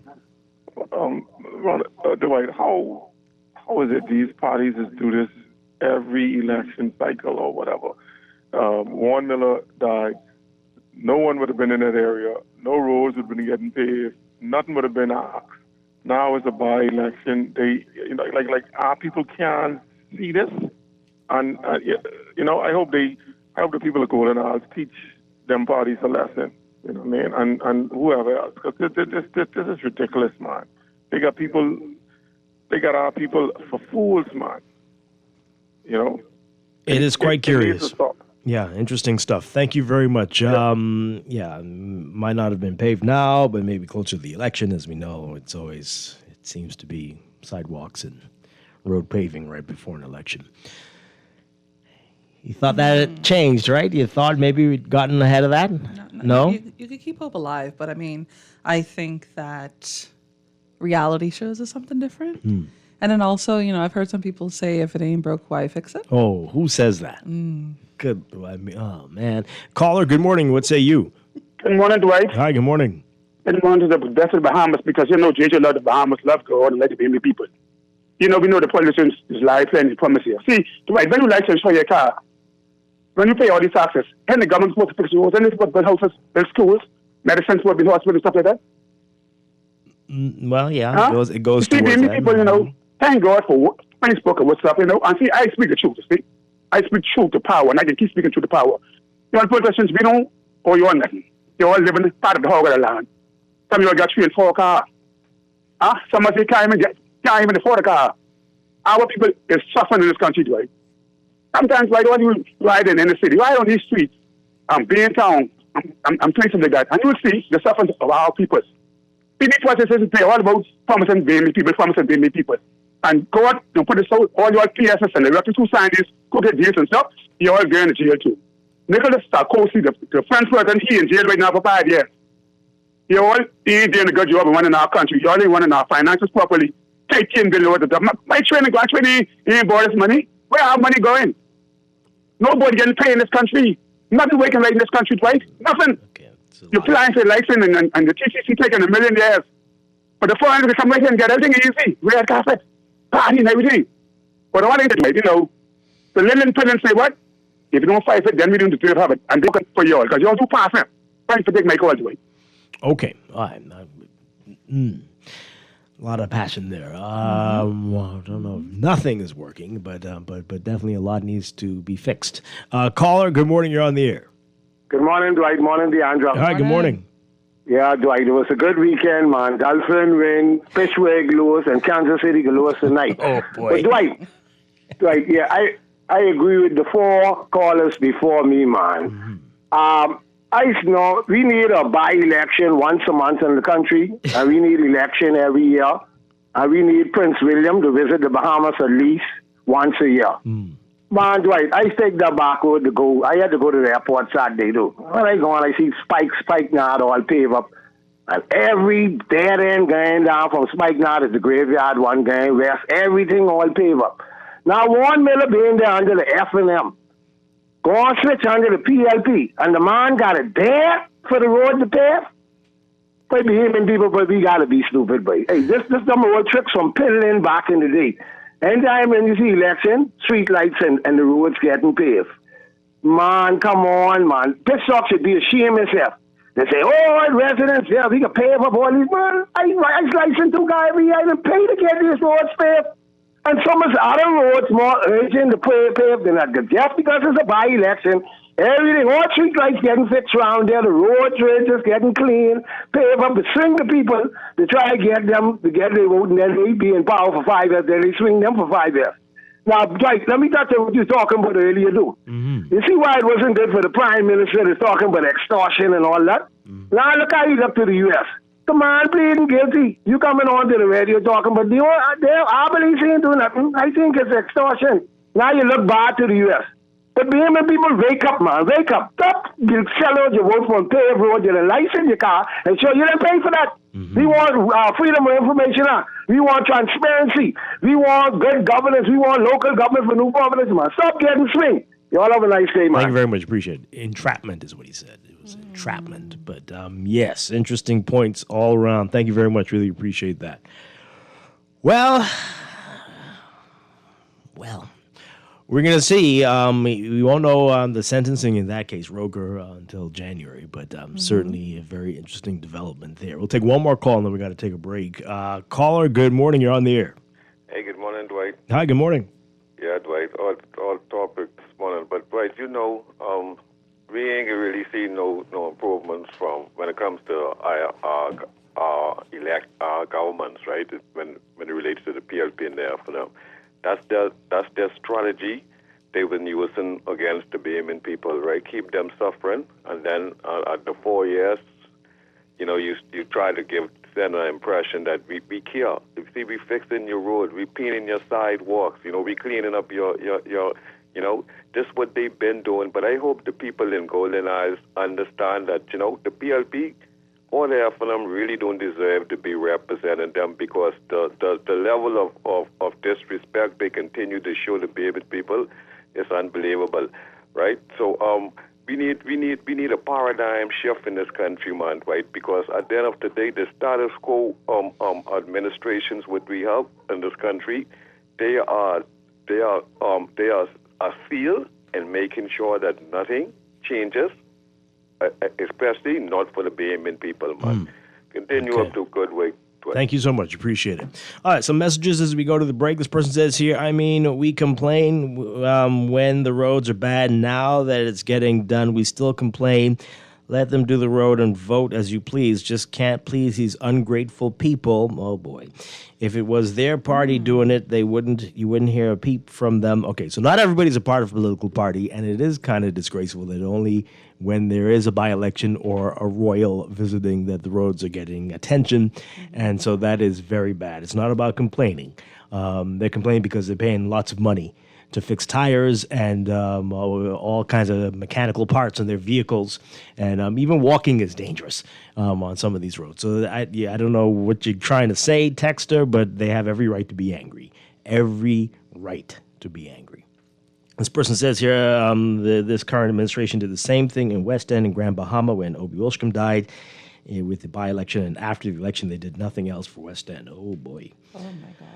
Message to Sebastian, whatever the polling division numbers are that include St. Albans Drive for Paul Tract and Vista Marina in Fort Charlotte constituency have the singular priority of having the aqueduct drainage trenches immediately fixed. Engage the U.S. Army Corps of Engineers to assist with planning and to oversee reconstruction. Okay. Well, he said he did want to hear what the needs and requirements are for each individual polling division, but he was talking about Golden Isles, but I'm sure he'll be doing that for his potential future constituency too. You're going to squeeze this one in? Yeah, let's squeeze this call in really quickly. Caller, we got about 35 seconds. Good morning, you're on the air. Are you there? Good morning. No? Okay, we got to go to a break. This is Morning Blend on Guardian Radio 96.9. Stay with us. She want a young man come and rev that engine like car. I think she graduate with my mom, but when she calling, no slapping up, I tell her I coming now. She's keep up for 1,000 inside a bra. She want a young man come and rev that engine like car. No one likes a fender bender. Oh, man. From a little scratch to a full mashup, NUA Insurance has got you covered with auto insurance tailored to fit your needs and budget.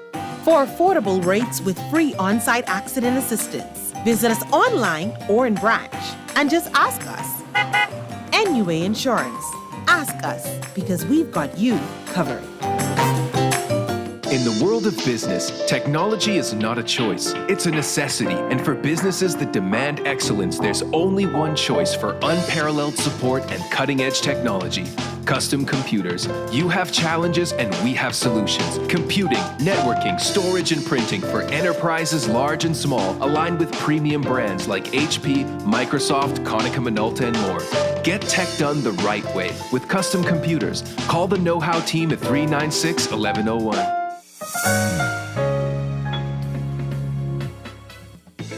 Don't wait for a storm to arrive. Stock up on hurricane supplies, make home repairs, purchase a generator, and more this hurricane season with a Fidelity personal loan. Make that move today. Call 356-7764. Fidelity, we're good for you.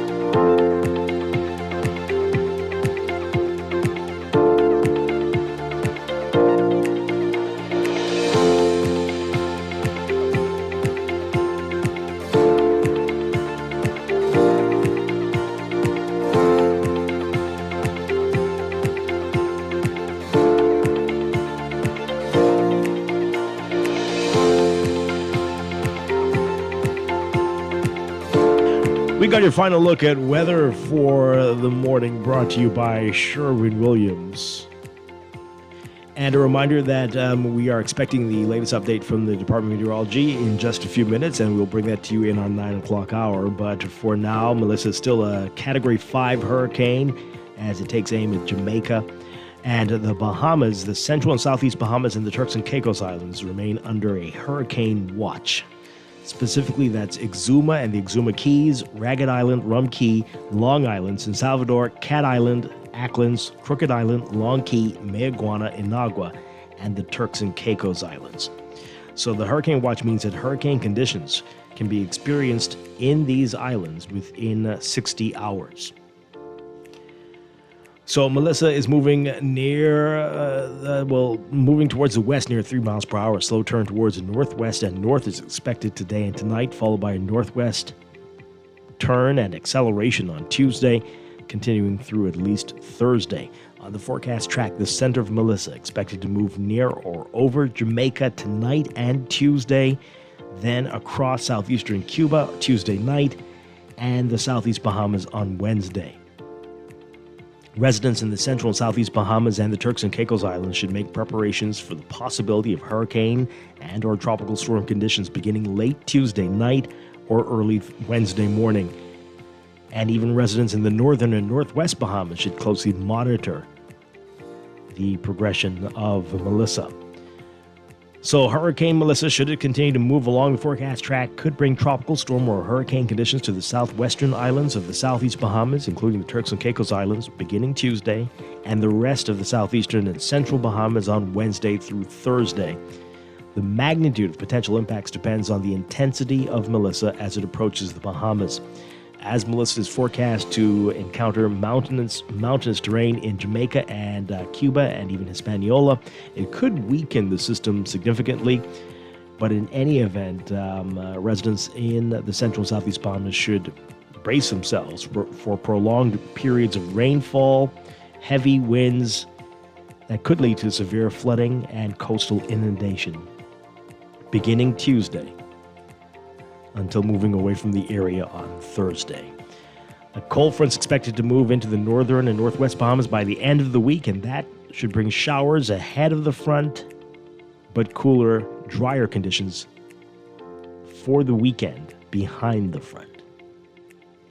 That is your Morning Blend Weather Check. Weather Check brought to you by Sherwin-Williams. Reminding you that if you are ready to refresh your space, you need to head to your local Sherwin-Williams for premium paint, pro tips, and everyday deals and make it easy to get started.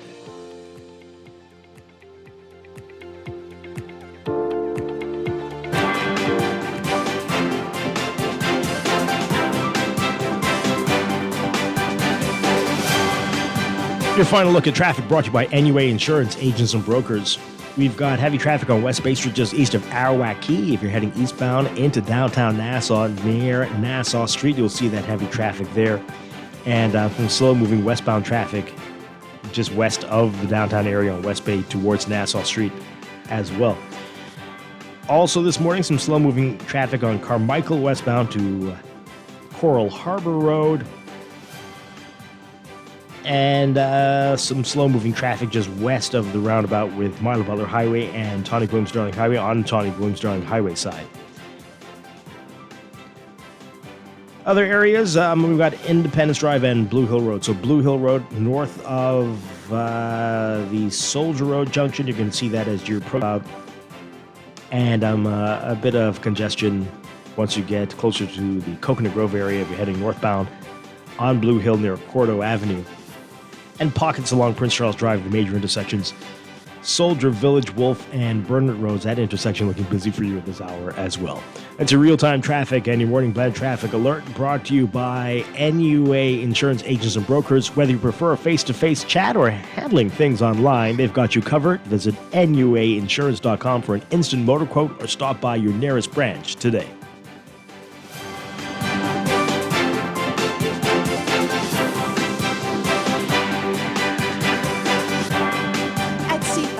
Understand that a secure future is the greatest gift you can give your employees. That's why our tailor-made group pension solutions are designed for banks branch. The art, functionality. The choice is yours. Commonwealth Bank. Bank the way. Are you searching for something new? Something exciting? Your dream job? Well, look, Noah Beach Club Paradise Island is hiring. Join a dynamic group of passionate hospitality professionals, craft unforgettable moments, and thrive in a vibrant, welcoming atmosphere. Play your part in shaping the future of our team while growing your own career every day. Bring your energy, your passion, and your creativity to a workplace that's as dynamic and fun as you are. At Royal Beach Club Paradise Island, the opportunities don't just exist. they're limitless. So are you ready to find your perfect fit? Visit Royal Beach Club at paradiseisland.com/career today and step into a world of exciting possibilities. Reliable and impactful printing services, look no further. Let Printmasters bring your masterpiece to life. We stand by our quality products that is second to none. Our affordable pricing and friendly, efficient staff makes Printmasters the ultimate choice for all your printing needs. We can deliver any type of printing services, from banners to booklets to business cards. You name it, we can print it. Let Printmasters bring your masterpiece to life. Located in the Nassau Guardian Building, telephone 302-2361. Wake up, it's a new day. Wake up, it's a new day. It's the start of a new way. Don't you know that it's the start of the end of the old way. Wake up, it's a new day. Wake up. Is this a party or what? This the big band, sir. Take it out. Oh, yeah. Let's do it, y'all. Tonight the mood. We are back with Morning Blend on Guardian Radio 96.9. Dwight Strachan along with Deandra Cartwright. And we're getting ready for a big party. The Christchurch Cathedral Street Festival is this Saturday. Here to tell us all about this, very pleased to have with us Alana Major, Erica Brown, Dr. Harold Munning. Good morning. Good morning. It's fabulous. This is always a great event, and it's a history as well. But you got... I don't even know where to begin. First of all, it's this Saturday. It's this Saturday coming. So today, Monday, get yourself ready. You'll fast on Friday, so you have extra room to eat up all you're going to have on Saturday. But Saturday, November the 1st, from 10 a.m. to 10 p.m. So we have lots of food, festivities, all at the place where Nassau started with Christ. Nassau actually starts here. So festival, the exploration of our history as a country, but also as a church. And you can come down, and while you're having all that fun, learn all this information about how Nassau even got started. All right. So last year, Dr. Munnings told us about that. Yes. And for those who missed it, give us a little bit of history about why this is so significant for Nassau, now the city of Nassau. Right. Good morning, Dwight, and good morning, Bahamas. We boast that Nassau starts here, and we really mean the city of Nassau starts here. It was a town until we became a cathedral. We'd been complaining for years that we were a part of the Diocese of Jamaica. The Bishop of Jamaica visited the Bahamas once every 3 years. Oh, boy. This wasn't enough, because there's some things only a bishop can do. Only a bishop can ordain new priests. Only a bishop can have confirmation. And so finally, Her Majesty Queen Victoria said, okay, you all can have your own diocese, you have your own bishop. And when that happened, the parish church of Christchurch became Christchurch Cathedral. Wow. And wherever there is a cathedral, then your town becomes a city. And that happened in November 1861. Wow, amazing. And so Nassau started at Christchurch Cathedral. Yeah. Yes. Great stuff there. Great. We are so proud of that. So we celebrate that every November. If you want to know more information, you have to actually come to the festival, though, because you can learn all of this history on guided tours. So Dr. Munnings has guided tours in the cathedral throughout the festival, and you can come and walk around the cathedral, and he teaches you all you need to know. He's a walking library. History buffs, those who are planning to visit the Louvre in Paris, well, you'll be safer in the cathedral. Happen, right? Don't do that right now. If you're planning to visit the Smithsonian, I think the government shutdown has that closed. Oh, boy. Wow. And but Cathedral Museum is open. And all roads lead there. None of which have been. Let me just say they're all ours. Okay, and it's remarkable. It's remarkable what we have in there. Yeah. So yes, please come. So how often are the tours? We'll be starting at 11. Okay. And running every hour. Okay. Lasting about 30 minutes. Excellent. Yes. Sounds great. And so while you can go ahead and get to be a part of the tour and learn quite a bit, and then you can come outside and have your hot dogs, hamburgers, roti. You can have nachos, wings, barbecue, cotton candy, ice cream, snow cone. There's a bear garden. You didn't hear me say that, but there's a bear garden. You name it, whatever you can imagine to have at a street festival, we have there. The roasted corn, the conch salad, man. We should have had breakfast before we came here because now I'm hungry. All of those are there. And on top of that, we have the best entertainment in the country. Wow. So not just the Royal Bahamas Police Force pop band, and big shout outs to our wonderful commissioner, but we also have the Royal Bahamas Defense Force pop band. So we may have a little Battle of the Bands. Battle of the Bands. We might have a little competition there. I won't say which one is the best one because they're both wonderful, and I'm not getting in trouble with the Commodore or the commissioner this morning. Don't get locked up. But we also have the Soulful Groovers, so you can enjoy some beautiful music all throughout the day, and topping it off, the best Junkanoo group in the Commonwealth of the Bahamas. Gotta be careful here. Gotta be careful. Watch yourself. Watch yourself. Oh, dear. I mean, I won't even say who it is. Everyone knows who it is. So you sure? Slow down. Slow down. Maybe she's talking about the Valley Boys. Here we go. You should just call her name. Just call her name. I'm one of the Valley Boys. So you're one of the Valley Boys. Okay, well, the Shell Saxon Superstars. Cool. The Saxon Superstars. You were doing so well. I was doing so well. But you know what? We welcome all. We welcome all. So if you want to see what they have to offer, that'd be a good time to see what they have to offer before we hit Bay Street. Right. Yeah, but we're going to have a fun-filled day, and then topping it off to talk about our raffle where you could win $10,000. My Lord. This we're so number. I can't wait to How are y'all pulling this off? This is a miracle. No, I told them this year that we just had to go big. We had to go with the cash prizes. So $10,000. Ladies and gentlemen, there are tickets still available.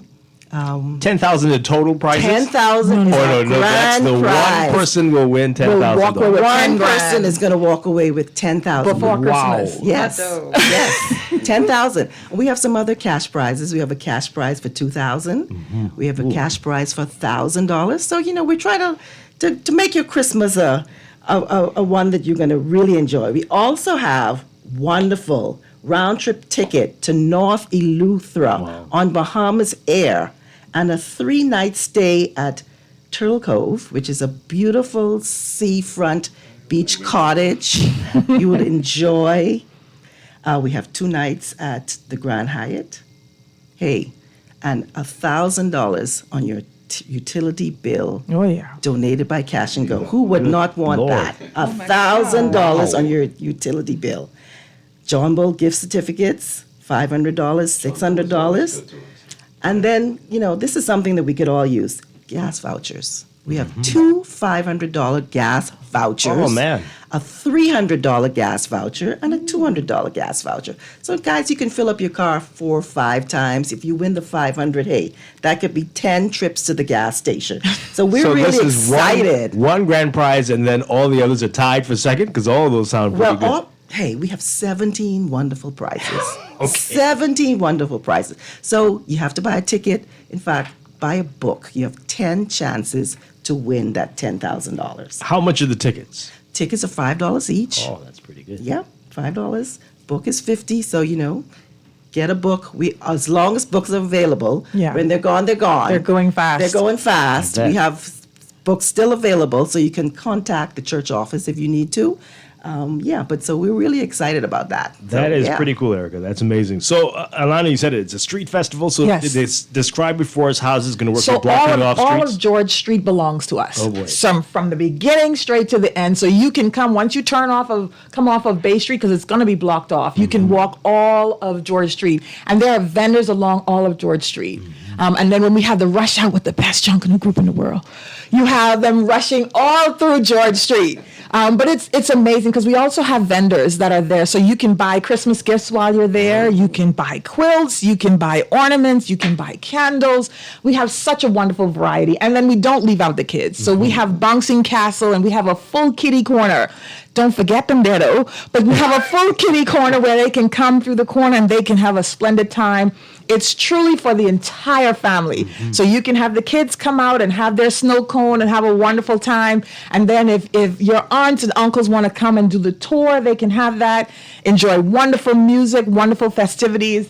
This is the fair to attend this coming Saturday. I mean, you can't even call it a fair. You got to say Street Festival. It's the bigger full than a fair. Street Festival, Yeah. absolutely. And we've been doing this every year, and it's been getting bigger and bigger.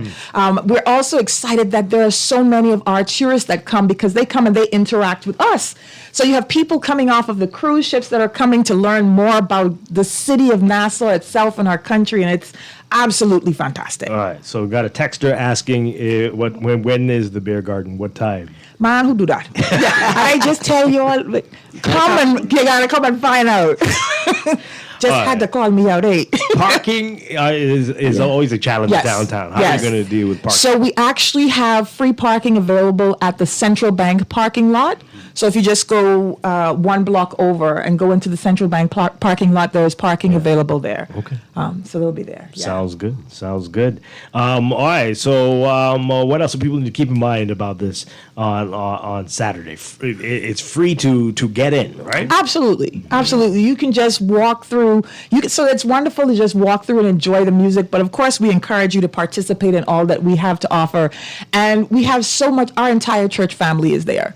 Our entire church family is there, and we enjoy, just connecting with everyone, teaching them about the church and all that we have to offer. Dr. Munnings is going to be there. Eric is going to be there because she's making sure them raffle tickets in place. Got to get them books in. I've been trying to do a plug so that I could get to 10,000, but I don't know if because I go there, if they can give me a little blind. Qualified. But I buy the tickets. I bought book. What you mean? No, that sounds like a gracious donation right back to. Oh wow! My Christmas is coming. I don't know any other raffle where you could get a $10,000 cash prize. That's outrageous. And you ain't play no number. You just get a $10,000 cash. I think that's pretty good. That's pretty amazing. It's pretty amazing. So, Doc, are you writing a book? Are you do you have a junior member to help you so you can get a break on Saturday? How's this working? We have a team of tour guides. Okay, excellent. We have a team of tour guides to the point that we are now able to specialize tours. So, if you're interested in architecture, we have an architectural expert who will discuss the remarkable architecture, the Abaco pine and the mahogany of the cathedral. Okay. If you're interested in medical history, that's my love, and we can talk about the epidemics and the diseases that are memorialized. If you're interested in music, we have a specialist who will discuss the music of the cathedral and the organs. So, people come for different reasons. Yeah. So you might take a number of tours on Saturday. Yes, there'll be a number of tours. Okay. There'll be a number of them. Great stuff. One of our little treasures is a little mouse that's carved into the wood of the cathedral font, the baptismal font. Right at the entrance, somebody back in the 1940s sent this famous woodworker the measurements for our 150-year-old font. And replace the old piece of wood that covered the font with this beautifully carved mahogany piece of work. 1947, that was given to us. And his work has been copyrighted and is famous around the world. And it's just a little mouse that, even if you don't get to do the tour, next time you come in the cathedral, look for the mouse. Have a look for that little mouse. They call it. All right, that is wonderful. All right, so Lana, one more time. Oh, before you, Erica, people want to know where to get the tickets. Where do you for the raffle? You can reach out to the church office, and I'll give you the telephone number. The telephone number of the church office is 322-4186 for raffle books or tickets. Okay, all right, excellent. Come to Grosvenor Medical Center. Grosvenor Medical Center. You brought them there too. Grosvenor Close. Okay. I have a couple of books left. Excellent. If you know someone that goes to cathedral, ask them for a book. Yeah. All right. Yes, Good ask to them know. for a book. So really quickly, one more time, remind folks what's going to be happening This Saturday. coming Saturday, November the 1st, 2025, from 10 a.m. to 10 p.m. on George Street. Nassau starts here at the Christ Church Cathedral Street Festival. We have food, fun, festivities, historic tours, world-famous Junkanoo groups. We have a beer garden. Lots of gifts and surprises all throughout the day. We just welcome you all. Kitty corner, bouncing castles. I think I could probably get in on one of those. We have a little bit of everything. Adult one. They should have an adult one. I think it'll be good therapy for some adults to, jump up and down in a bouncing castle. But also we have plants and orchids and all of those for sale. So we are looking forward to a fantastic time. We welcome everyone. Come and have a fabulous time. Nassau starts here at the Christ Church Cathedral Street Festival. All right, looking forward to it. And the weather sounds like it's going to cooperate. A cold front comes in, so it's going to be great festival weather. Nice weather. Nice weather. Atlanta Major Erica Brown and Dr. Harold Munnings, thank you so much. Appreciate it. Great to see you guys. We'll see you Saturday. All right. At the Christchurch Cathedral Street Festival. All right, we've got to take a break for news. We'll be back with a whole lot more in business coming up. This is Morning Blend on Guardian Radio 96.9. Hand in her hand, and one arm around her waist. We having a party in the backyard. Oh yeah, party all night long. We gonna break and scrape until the morning come. We're gonna party till the break of dawn. Yes, man. Party, party. Oh yes.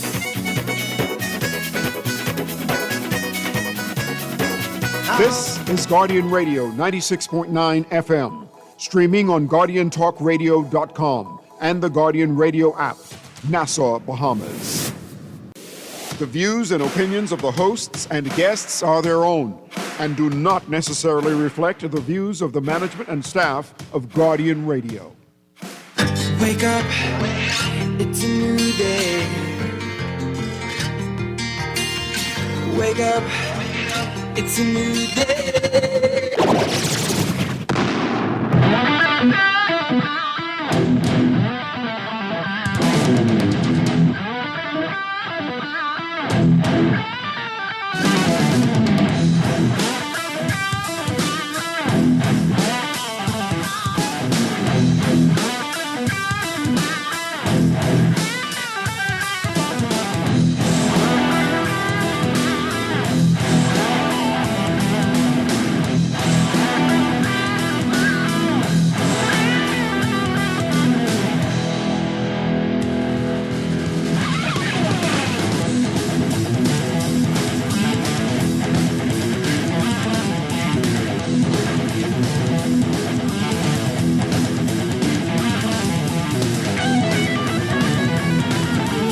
Good morning and welcome to Morning Blend Business on this Monday, October 27th, 2020. Welcome back to our Morning Blend listeners. Once again, I'm Dwight Strachan along with Deandra Cartwright, and it's Human Resource Professional Week. And the Bahamas Society for Human Resource Management is gearing up for their annual conference. Here to talk about this and human resource management in general, we're very pleased to have with us the current president of the Society, LaShanta Smith, the president-elect, Denise Knowles, and we have vice president for membership, Melissa DeVoe. Great to have you all with us. Good morning. Good morning. We're so happy to be here with you.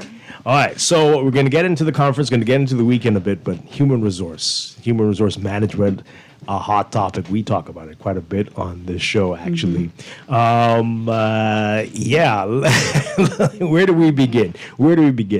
All right, so tell us a little bit about the society first, and then we'll get into the discussion about human resources. Awesome. Good morning, everyone, and good morning, Bahamas.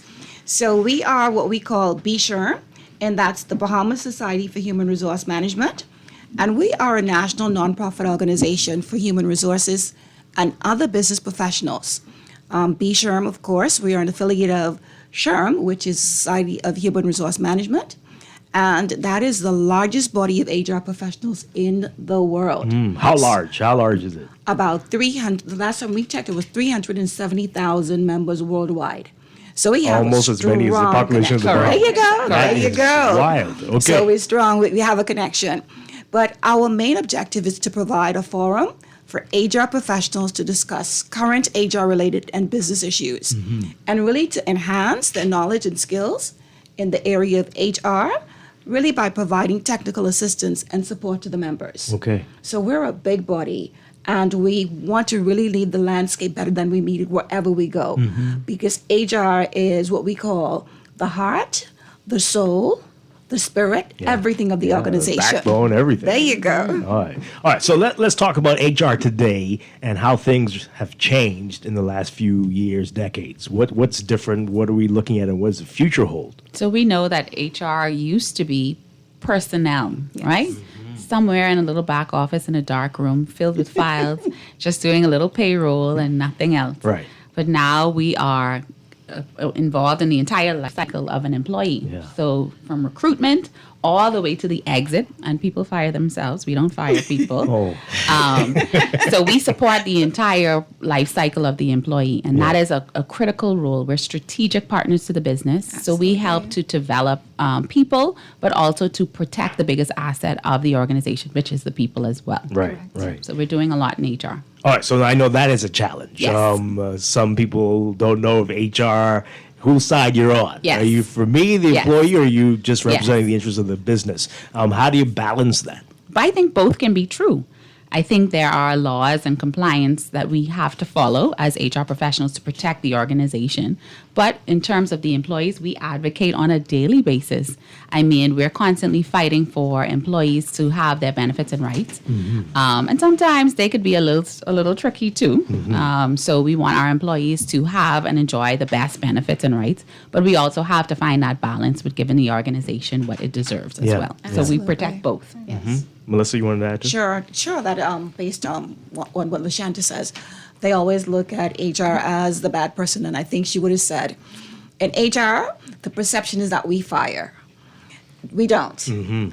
Okay, there are managers, there are everything that does that, and we do the facilitation. We kind of do the paperwork to ensure that when they do go out, there's a cushion. Yeah. We ensure that they have all the benefits given to them, and if we don't, we end up in court or something. So we want to make sure that we're doing the right thing by the employee and the employer. So that's a balancing act. And what a lot of people don't see is we advise. So as strategic partners to the business, we're constantly discussing with our leaders and other managers in the organization just to make sure that they know these are the laws. This is what we can do. We don't have to just meet the Employment Act. We can go above and beyond it. We can give more. But you don't get to see that behind the scenes, which is why we have to keep our HR professionals trained and aware. LaShanta is absolutely correct. We do a whole lot of advisement, and that is behind the scenes, because a lot of that our employees they do not see. So there's a whole lot of advisement that we are a part of in advocating for our employees, as well as looking out for the best interests of both the employee as well as the employer. Yeah. So what are you seeing with your members today? Are these folks who fell into the roles, or these are folks who, like, all their life this is what they wanted to do? I guess you can talk about your experiences as well. I think I stumbled into HR. Okay. And HR was not as sexy as it is now back in the day. But I think you really have to have a passion and love for people, and you naturally gravitate towards that. So I'm from the hospitality industry, so I've worked in operations in the heart of house, and then when I wanted to really serve people, HR found me. So that's how I found it. And we're finding that our older members stumbled into HR, but the newer members are choosing HR. Yes. Because it looks a little bit better, it's branded a little bit better, and then there's support like Be Sherm, a community where you can grow and thrive. How long has Be Sherm been around now? Oh boy, a little over 40 years. Oh, wow. Okay. Yes. All right. What about your experiences, Melissa, Denise? For me, I believe I was born into HR. I'm coming from a big family. There was 13 of us. So there was always HR going on. Okay. So there was always from bottom up to the top, being able to relate, being able to, when you talk about confrontation, be head on, talking about trust. So that was something for me that I found naturally. And really dealing with people was a natural fit. I found when I got into the workplace, I can relate. I have that personality. I have that influence. So I always say when I put my hand up, 13 of 13 children, HR, I was born deep into But what about you, Denise? I think for me, I stumbled across HR as well.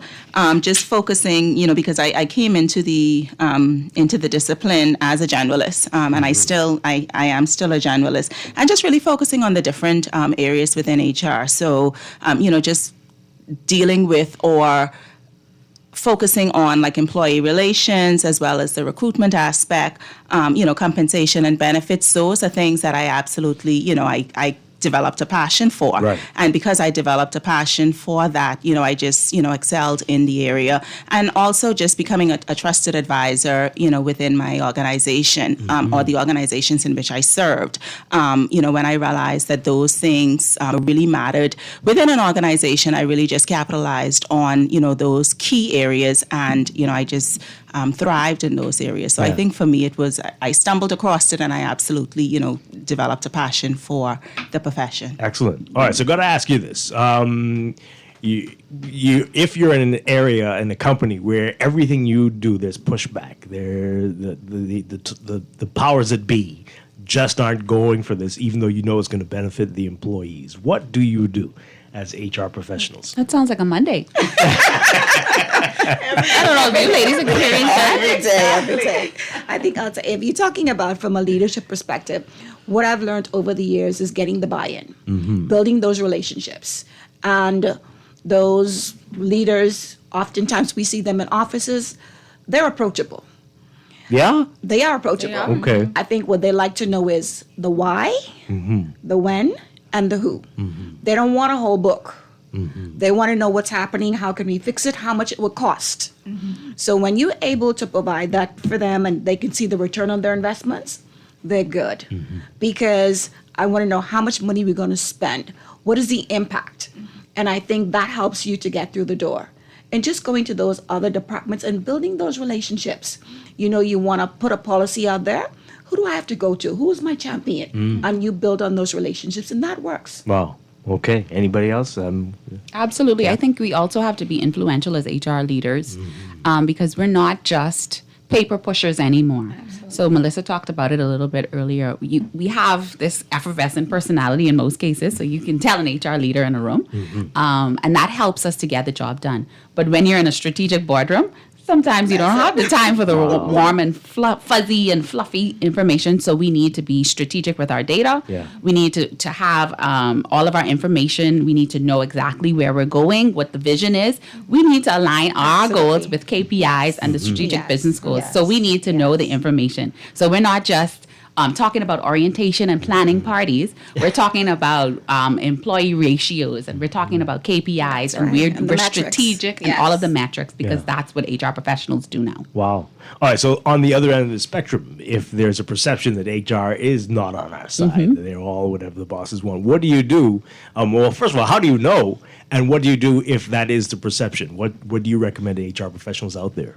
I think there's a tone where people feel if HR is not on their side, it's not an open door policy. That's something that HR leaders need to do. We need to walk about. We need to see the people, touch the people, see where they are. You're not going to know what people are going through unless you sit side by side with them. So that's everything from sitting down at lunch, taking the time to hear people, because we love to sit with an office with a closed door, like you're in a fishbowl. Everyone can see you, but you're not touching or talking to anyone else. So you need to get the perspective of the leader. That's important. But you also need to get the employee's perspective. Because they say, a famous man named Jay-Z said, men lie, women lie, numbers don't. So as many times as you need to have those conversations, you need to have those opportunities to listen to people. And that's going to help you to get the results that you're looking for. Yeah, very interesting. And I think early on, we found names like, we move away from receptionists. Yes. We move away from, people don't even say janitress anymore, it's custodians. So we find that HR has evolved, and also the business partner aspect of it. So you may have an HR professional or a manager. That name has changed. It's business partners. And that's what we do. We partner with the business to ensure that we are the liaison. We are tapping into everyone. Again, our role is not behind a desk anymore. We're on the ground. We're taking the surveys. We're the pulse. So we are walking the floors, and we're actually being the models that we want to see. We're the Yes. change agents. Yes. So that has changed a lot for HR from back in the day, from some 30 years ago when I'm not saying my age, but Right. so that has changed a whole Yeah, lot. definitely. Denise, you wanted to say something. Yeah, I really wanted to just piggyback on what LaShanta had mentioned in terms of just making sure that, we remain visible. And some of the things that I found, that has been quite beneficial is just, really tapping into our employees. So, maybe developing, focus groups with key employees within the organization, conducting periodic surveys with the organization as well, just so that we can understand, what is going on within our organization. And it is important, to really go out there and really touch and feel our employees because, they are the pulse. Yeah. They are the lifeblood of, how successful or unsuccessful an organization can become. So we really need to go out there and really touch and feel and really find out exactly what matters most to our employees because everyone is different. Yeah. What is important to me as a single parent may be a little bit different for you, maybe who you're a bit different. So just really understanding what drives our employees and what drives their performance and their productivity, that is very important. Yeah. for How us to often understand. should you be doing that? How often should you be doing the surveys and like you said, walking around and sitting with the other workers? I think each organization is different, depending on the size and the capability of the team. Yeah. Or the goals. Or the goals, Yeah. exactly. So it really depends, and it has to be strategic. And another thing that helps us to do our job really, really well is the use of things like AI. Yeah, So see, that's one of the helping topics. us. So if we can use AI to help us to get some of those tasks done, those automated tasks, those things that we don't need to sit down and write a letter, or things like writing a job description, if we can shorten that task, then we have time to then go out and meet the people, see the people, have these surveys, do all of these the strategic work that we need to do. So we are implementing AI as well. I want to get back to that in a bit. You mentioned size, though. How big or how small is too small to have an HR professional or department? The industry standard for HR is about one HR professional for 50 to 100 employees. Okay. So traditionally, you want to have, as soon as you hit that 50 mark, you should have one dedicated HR professional. If it's a new business, I think you should start with HR. I honestly think someone in the organization should have the skill set. Just 7 of us. Doesn't There matter. still needs to be Okay. someone All with right. the HR skill set. And it's not a small fraction of your job. It can encompass an entire role. But if it's a dual role, I can see that. But it needs to be someone in the organization with HR skills. Okay, dual role. Is that recommended? Can you be CEO and HR? Can you, Absolutely. Yes? Okay. Absolutely. We're seeing more of that in the industry Yes, as well. yes, a lot we of HR professionals are moving into operations and senior leadership roles. So we have CHROs, which are chief HR officers, which are C-suite professionals. And then we're seeing them transition into CEOs and COOs. So that's happening. Okay. All right. Wow. All right. So you mentioned AI. Everyone, I think we're seeing it, the benefits and the drawbacks, but you talked about it. It's helping you in some ways. Let's talk about some of the pros and the cons. So when we talk about AI, we're not really talking about us not using our brain anymore because we still have to do that. Yes. Right. But we're talking about ways that we can simplify processes. When we look at recruitment eats up that could take about 80% of your time.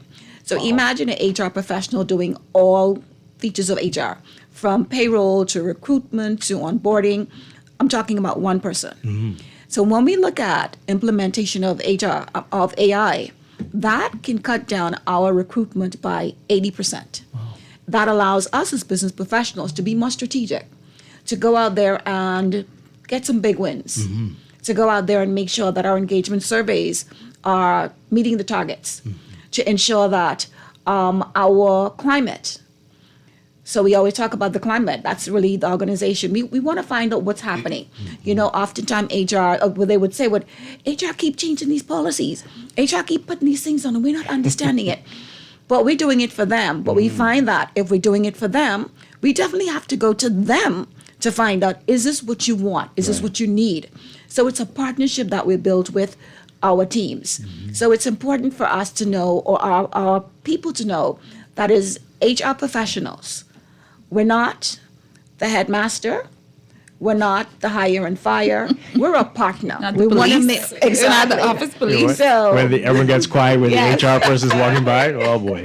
but we do we wear lots of hats. Mhm. When you talk about one of the things of HR professionals is being able to not only pivot, but have that empathy.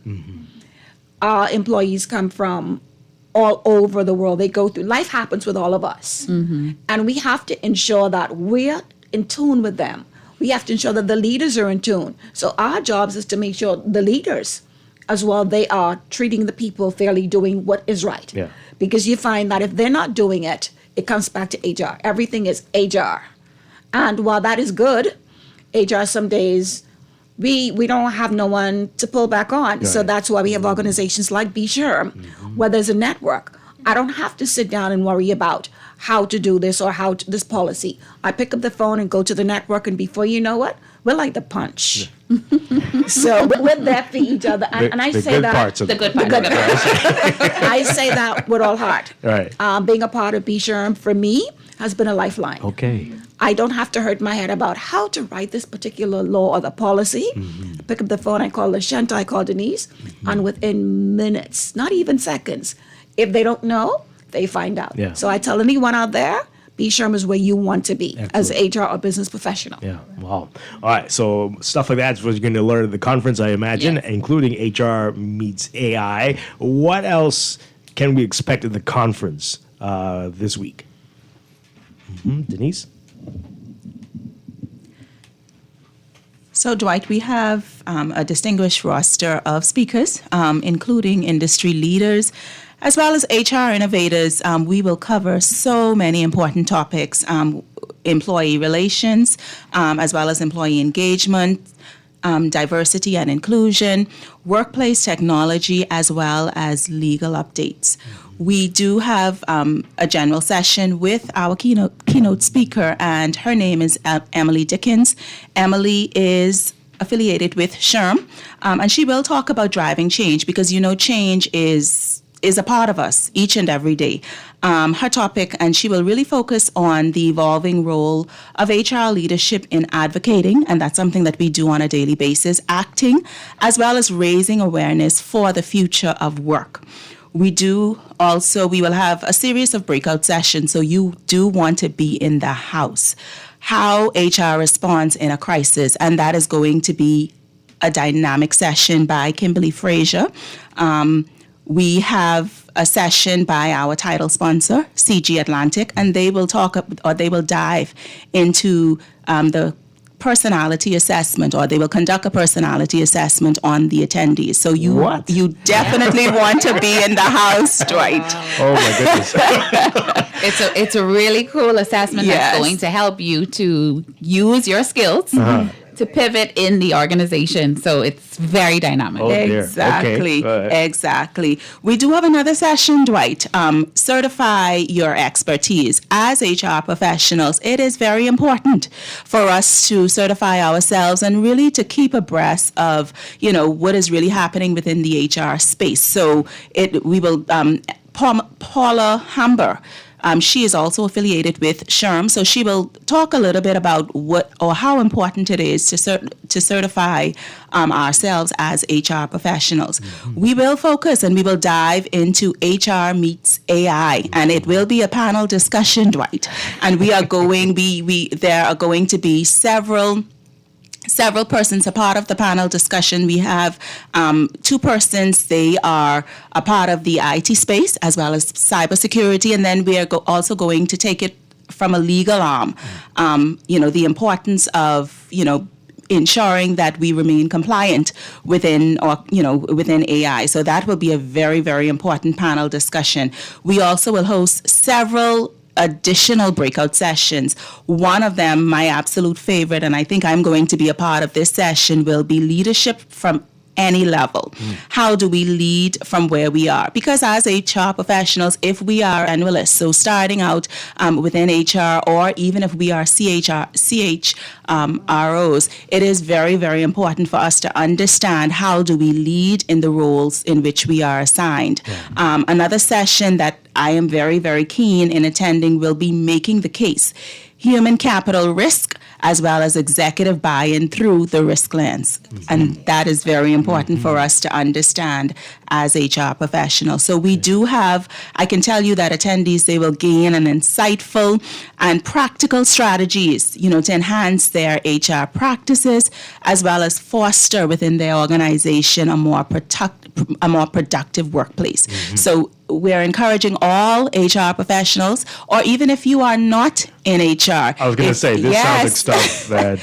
business leaders, exactly. Regular workers. Workers Yeah, in general. everybody, yeah. Yep.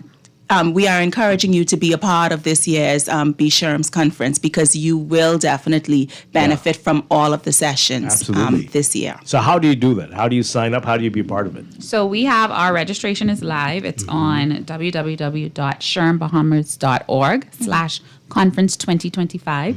And you can visit there, or you can email us at conference@shermbahamas.org. We'll get you registered. And Dwight, we have 2 days of conference, so Thursday and Friday. And Thursday is going to be more HR focused. Okay. But Friday is a leadership day. So any leader can capitalize on the content that we're going to share on Friday. So more of leadership focus, and through the lens of what leaders should be doing, because we are advocating for the workforce as BSHRM. We've done work with the labor legislation reform.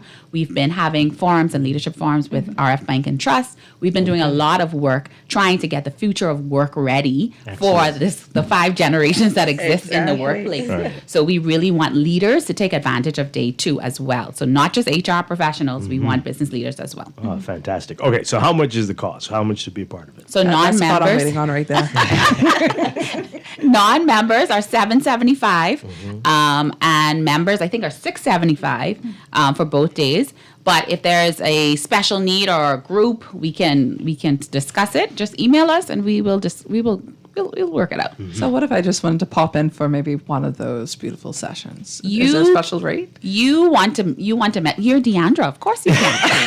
You're Deandra, not Deandra. Then you would email me, and you'd email us, and we would discuss. Okay. Yes. Love that. Love that option. And so these are full days? Yes, 2 full days. Excellent. We missed the church service yesterday, right? Yes. And you also have something on Wednesday. Tell us about that. So we have partnered with Bamboo HR, which is a, what do you call it, an HRIS system that is internationally known. And they are partnering as a sponsor, a corporate sponsor, but they wanted to host a little informal session, a networking session with us. So we're going to kick off the conference with anyone that is an HR professional. You don't have to be a member or attached to BSHRM. We want to connect with all HR professionals. You're going to come down to British Colonial. We're going to be outside on the patio. We're going to have a nice little HR huddle. Okay. Free of charge. Oh, okay. And we're going to network, mix and mingle. And Yeah. we're going to have 2 hours together and have a good nice. time. We'll Excellent. also do pre-registration at that time. Pick up your package, ask you questions, register for the one session if that's what you're interested in. We'll be there. Oh, this is very exciting. You're right. HR is now hot and sexy. Listen to this text, though. I find it quite strange that HR never reprimands or even admonishes the leaders of the companies when they have done something bad or have developed some of the habits that you complain about. I don't know if that's accurate to say never. Not accurate. It's Not accurate. absolutely not. And Not you might accurate. not know if they have, right? Exactly. And I can speak firsthand to that particular question, because if it is that a leader needs to be reprimanded, that is not something that an HR professional will do in the public, right? Right. It's not seen in the public eye, but we will have those firm conversations with our leaders, suggesting and recommending a different approach, that they should have used, in dealing with a particular situation. But that's not something that will be visible to employees because, they, as leaders, our leaders should not be placed, on blast. Yeah. But it is something I know for me and, Lashanta as well as Melissa, we have done that in the past and we continue to do that if it is, a situation where, it could have been handled a little bit differently. How does that look? And are you ever afraid that there could be repercussions on you? as a result of that? I think we're accustomed to having difficult conversations. It's something that we have to do on a daily basis.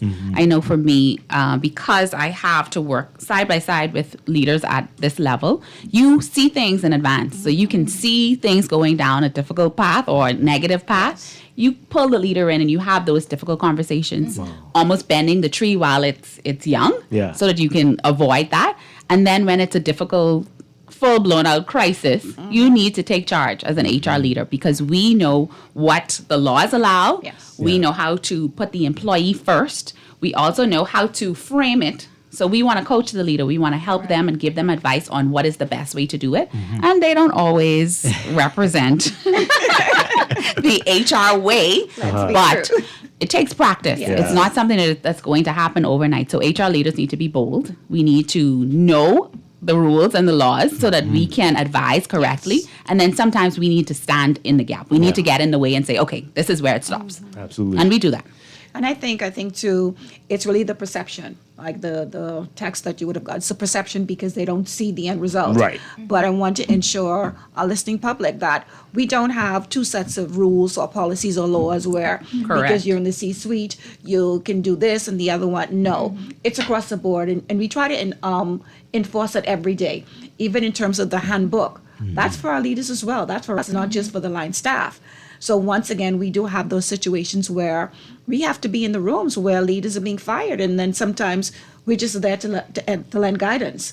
So don't think for a second that our leaders are not placed at the Sanhedrin Council just like everyone else. Yeah. And that's what I call it. Do you notice leaders, depending on the size of the company, a different response to situations like that? Or is it better at a bigger company or medium size? What do you notice? I think everything starts at the head. So the tone of the organization is what the leader allows, the very top. And anyone that's people-based or people-focused, you're going to get better results, I think. There are always stubborn people. There are always people that refuse to conform, but if they are the outlier, they'll stick out like a sore thumb and they never really last. And that's why you need to have a good, strong HR leader to support you so that when you need to have those difficult conversations, it's done correctly and it's done swiftly. Because nothing is worse than a bad apple, because it will continue to create more bad apples. All right, caller, we'll get to you in a second, but we're talking with the Bahamas Society for Human Resource Management. How do I put this? When the HR manager leaves, what does that say? What should that say to the employees, to the other people associated, to the people on the outside looking in? Does that mean this is trouble ahead? The cultures didn't mesh. What should be the message? I think it's different for everyone. The HR manager can leave for better opportunities. They can leave for any number of reasons. I think what is important is to have those conversations. What's important is to get behind it so that you're informing your team so that they don't have these false narratives. Because in the absence of no information, people create their own narratives. So we know that the HR manager is leaving for whatever the reasons are. It's our duty to ensure that our team knows. They know what's happening. And even when we talk about our branding, let's just say that you have the HR manager that leaves for whatever reason. If we're going to recruit for that position again, to make it look less what we call suspect, we use terms like "here we grow again," as opposed to just putting it out there that we're hiring, because people are always saying something different. But the most important thing for us is to ensure that we tell the story. If the HR manager is leaving, we can start doing from internal. We can hire from within, promoting from within. It could be any number of reasons. So it's not that, they fired her and she wasn't doing a good job, or maybe she was doing too good of a job, that it's now time for her or him or her to move on to the next phase. Right. And then sometimes the culture, if it is bad, if it is, HR is not the one you need to be worried about. More people will be leaving. Absolutely. There are clearly telltale signs when your culture is poor. Yes. If there's no chain of command, there's a lack of communication. People are fearful of retaliation. You see, no one wants to collaborate. No one wants to partner. No one is raising their hand for extra responsibilities or duties. There's lack of trust in leadership. There are so many ways that we can see that the culture is off. The HR leader is usually the last. We hold on to the very end for change. Yes. And we can tell you what the problem is, but you're probably not addressing it because it starts from the head. Yeah. Wow. Okay. Let's take this call, and then I want you to remind folks about what's happening this week. Caller, good morning. You're on the air. Good morning to Hi. you and your guests. I'm enjoying the show. Just listening to you all. I'm in business. I have a small business. I have about, 10 employees. And one of the things that I had implemented in my business was I am not going to treat the people the way I was treated on one of my jobs. It was horrifying.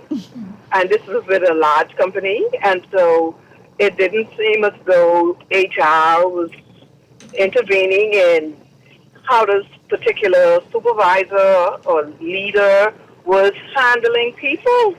And it caused me to make a decision to leave the company, whereas I end up losing out on years of benefits that I had put in just because no one was really reprimanding this leader for their conduct and how they treated people on the job. It's a very popular company. I don't know if it has improved, but when you say that if you recognize persons are leaving a particular area and you're not really questioning, well, hey, Mary is leaving the company, call her and let's get a feedback as to what is happening. I don't think resignation should just be taken just like that without really finding out, what is going on, because people get up in the morning, they come to work. They didn't come to work to be tormented by a person. I'm not saying everybody is correct, but there's got to be something wrong if you notice people are leaving. And I just was listening to you all with so much grief in my heart for what I would have seen on the job. And I just made a decision as, now that I'm in business, I always treated my staff with respect and the fact that I appreciate them and, that kind of stuff. Wow. Thank you for sharing that. Let's get their response. Thank you so much. She listed a lot of culture killers that we've been talking about. I mean, we experience it on a daily basis where we see those triggers or those weak areas. Yeah. And if you're not willing to address it, just as I said, if you don't get rid of the bad apples, they will continue to create more bad apples. So it is a leadership response. If we have the data, if we have the exit interviews, they need to happen. If we see the departments that are losing more people, the attrition rate is changing. If we're seeing retention dropping, if we're seeing, we see these signs, we get the complaints, we hear them, we're escalating them, and we see no change. If the leadership does not want to do anything with it, that's what's going to happen. You lose good people. Wow. Oftentimes, when we do have bad apples within the organization, we do bring those bad apples and the situation to the leadership attention, right? And it is up to the leadership team to make a decision. Sometimes or oftentimes the decision does not end with HR. If we are bringing it to the leadership's attention and they do not want to act upon it, then at the end of the day, as LaShanta would have mentioned, we would see the negative side of the business in terms of, high employee turnover, as well as low, morale, as well as culture within the business. So, I would like to just mention that, oftentimes when we do bring it to our leadership's attention, it really is up to the business to really make that final decision. Yeah. All right, one more call on this. Then I got a couple text messages I wanted you to respond to. Good morning, caller. You're on the air live. Good morning, Dwight, and good morning to your guests. I'm listening very attentively to the ladies that paint this very rosy picture. But we know the reality is, particularly in the hospitality industry, most of the HR directors are kowtowing to the foreign directors, and they are really not providing any kind of support for many of our Bahamian officers, particularly at the higher level. I know of a personal case, where a Bahamian director, very qualified, has been asked to change the terms of their contract to accommodate a foreign director. We got to stop kowtowing to these foreign directors and allow professional Bahamians to have opportunities in the Bahamas. I'll hang up and listen to their response. Okay, very interesting. We got a similar text. Maybe it's you, Freddie. Yeah, somebody's asking about that. What do you do in situations like that where, especially foreign-owned businesses are circumventing the laws? Do you have any sessions that are going to address that? That's the text. What do you say to that? Where the as we mentioned, culture earlier, they come from a different place, and this is what they expect, but it won't fly here in the Bahamas. What do you do in a situation like that? So in these situations, especially in the hospitality industry, there needs to be a cultural program. So first of all, there is an expat program in hospitality companies, right? So you bring in someone that has the skill set, or the parents that have the skill set, that is to teach. So they're supposed to come in, train, develop Bahamian leaders under them, and then over time, and then they leave. Correct. We, as HR, enforce the cultural program. They need to understand the culture. So for the first 30 days, you're not coming in saying, change this, move that, do that, do that. You need to understand people. You need to understand the importance of having manners and respect, right? Morning. You need to know that is required, first of all.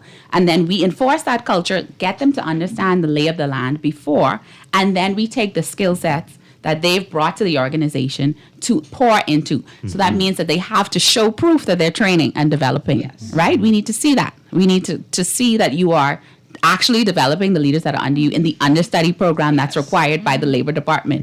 So when we list those names, the Labor Department calls, and it happens. They want to make sure they interview, they come and visit as well. So there are mechanisms in place, but it all depends on the success of maintaining that program, making sure that it's being done, checking all the boxes and not checking it to say it was done and just moving on, but actually getting it done. My goodness. That first part you mentioned, though, about the cultural right? You need to a know lot that of this is people what we're miss doing that here. because we bring in an expat because we believe that, you need to come and clean house. That sometimes that's not the case. You can't just touch down and start changing things immediately. It takes time. Like you said, as simple as we say good morning when you walk in the room. Absolutely. But it is a reality in some organizations, though, where they do come in and whatever their mandate is to change everything. But again, it's important for us, and even that's where HR, that's where we're not only advocate, we have to stand firm. We have to be able to share with our leaders the labor laws. We have to be able to share with them, this is what would happen if this happens. But most times, our leaders, they would push back. And as HR professionals, we got to have some really strong muscles. We have to show them the data. And because sometimes they don't have a clue what's happening. Right. So, and if something ends up going haywire, they would say HR didn't advise us properly. So our role is to advise, our role is to educate, and most importantly, document. This is tough. I can imagine sleepless nights for you all. This is Talk about it. This is some difficult stuff. All right. So again, remind folks about this week, because we need, as you said, a shoulder to lean on. You can do it right there at B. Sherm. So let folks know again what they need to do to be a part of your conference this week. So visit us at www.shermbahamas.org/conference2025 or email us at conference@shermbahamas.org. And we'll get you registered and signed up for our 2-day conference. So we start on Wednesday evening with a happy hour, our Bamboo HR huddle with B. Sherm at the British Colonial Nassau. And then on Thursday morning, we kick off at 9 a.m. with our keynote speaker, Emily Dickens, talking about advocacy and all about the future of work. We have HR leadership sessions on Thursday. And then on Friday, we have our leadership day, where we focus on making well-rounded and people-focused leaders, all at British Colonial Nassau. Let's not forget our Tuesday. We have our B. Sherm Runs on Duncan initiative. Yes, we didn't talk about that. So yes, as part of our community engagement, we're launching the B. Sherm Runs on Duncan initiative, encouraging members and the attendees to get your coffee and connect at the local Duncan in your area. Okay. So that's you what it's buy all a about. medium coffee or tea, and you'll get a free donut. Yes. Oh, everybody? Yes, B. Sherm pins and conference apps only. Tings. Right. So B. Sherm will be running on Duncan tomorrow. Okay. Oh, that sounds good. It sounds good. Looks like you're gonna have a whole lot of fun. This is a great conversation. We could talk for many hours on this. But thank you all so much for being here, and enjoy your conference and happy HR Week. Bahamas Society for Human Rights. Human Resource. Human Resource. Same Rights is good. Human Rights. Rights Yeah. is good. Human Resource Management. LaShanda Smith, Denise Knowles, Melissa DeVoe. Thank you so much. Thank you. Thank you for having us. Thank you. And we look forward to seeing you as well. Hey, it and you, sounds Deandra. great. Oh no, I'm planning my calendar. I don't know if y'all said it. Yeah. All right, we're going to take a quick break and be back to wrap things up. This is Morning Blend Business on Guardian Radio 96.9. Stay with us.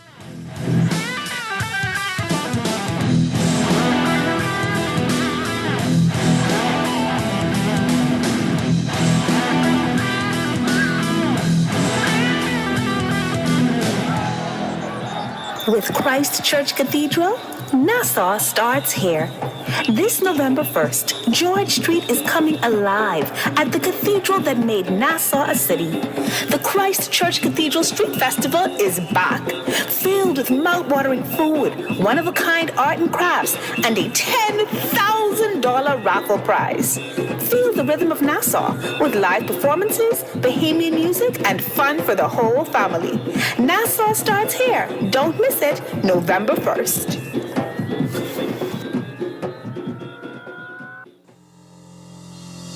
Hey sis, are you ready to reset, refocus, and rise? It's time for the Unstoppable Weekend, happening November 8th and 9th in Freeport, Grand Bahama. Join us for 2 unforgettable days of empowerment. Saturday's luncheon brings inspiration, connection, and sisterhood. Sunday, Stuck to Unstoppable workshop, focusing on shifting mindsets, breaking limiting beliefs, and equipping you with the tools to step boldly into your next season. Register today at www.heysisempowerment.com. Your unstoppable journey starts now.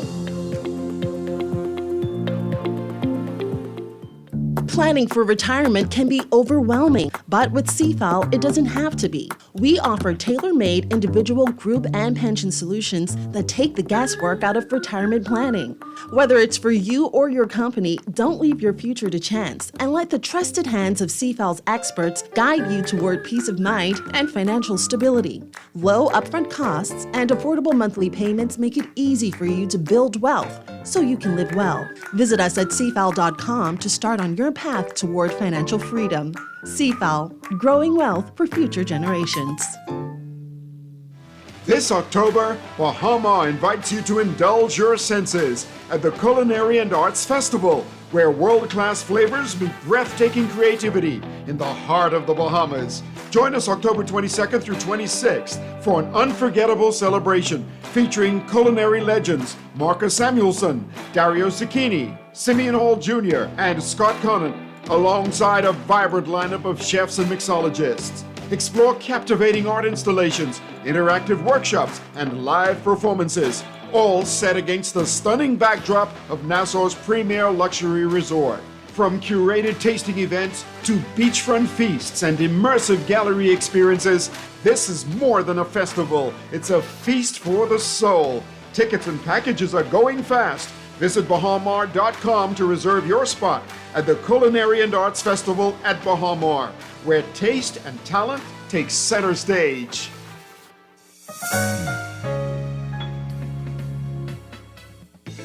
Don't wait for a storm to arrive. Stock up on hurricane supplies, make home repairs, purchase a generator, and more this hurricane season with a Fidelity personal loan. Make that move today. Call 356-7764. Fidelity, we're good for you.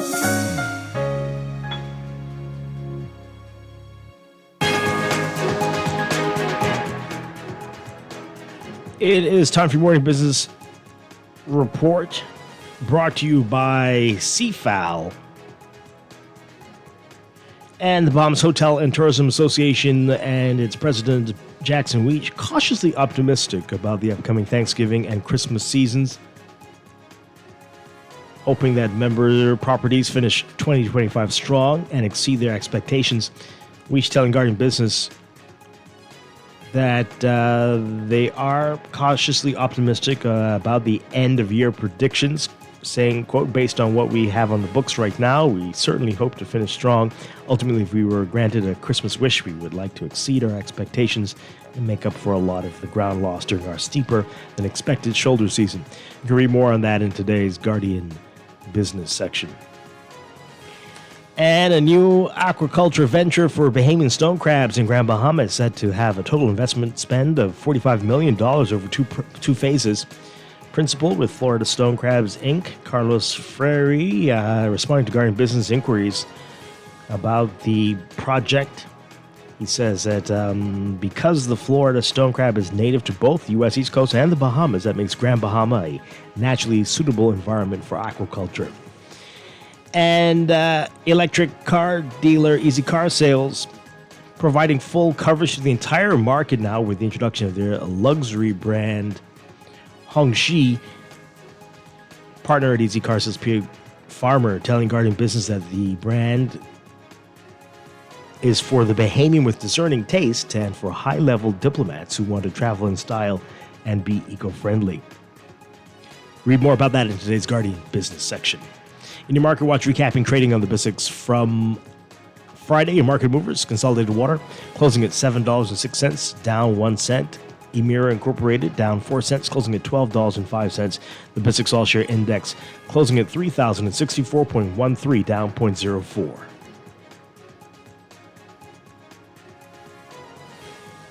And tune in tonight for Seafowl Talks right here on Guardian Radio at 6:30 p.m.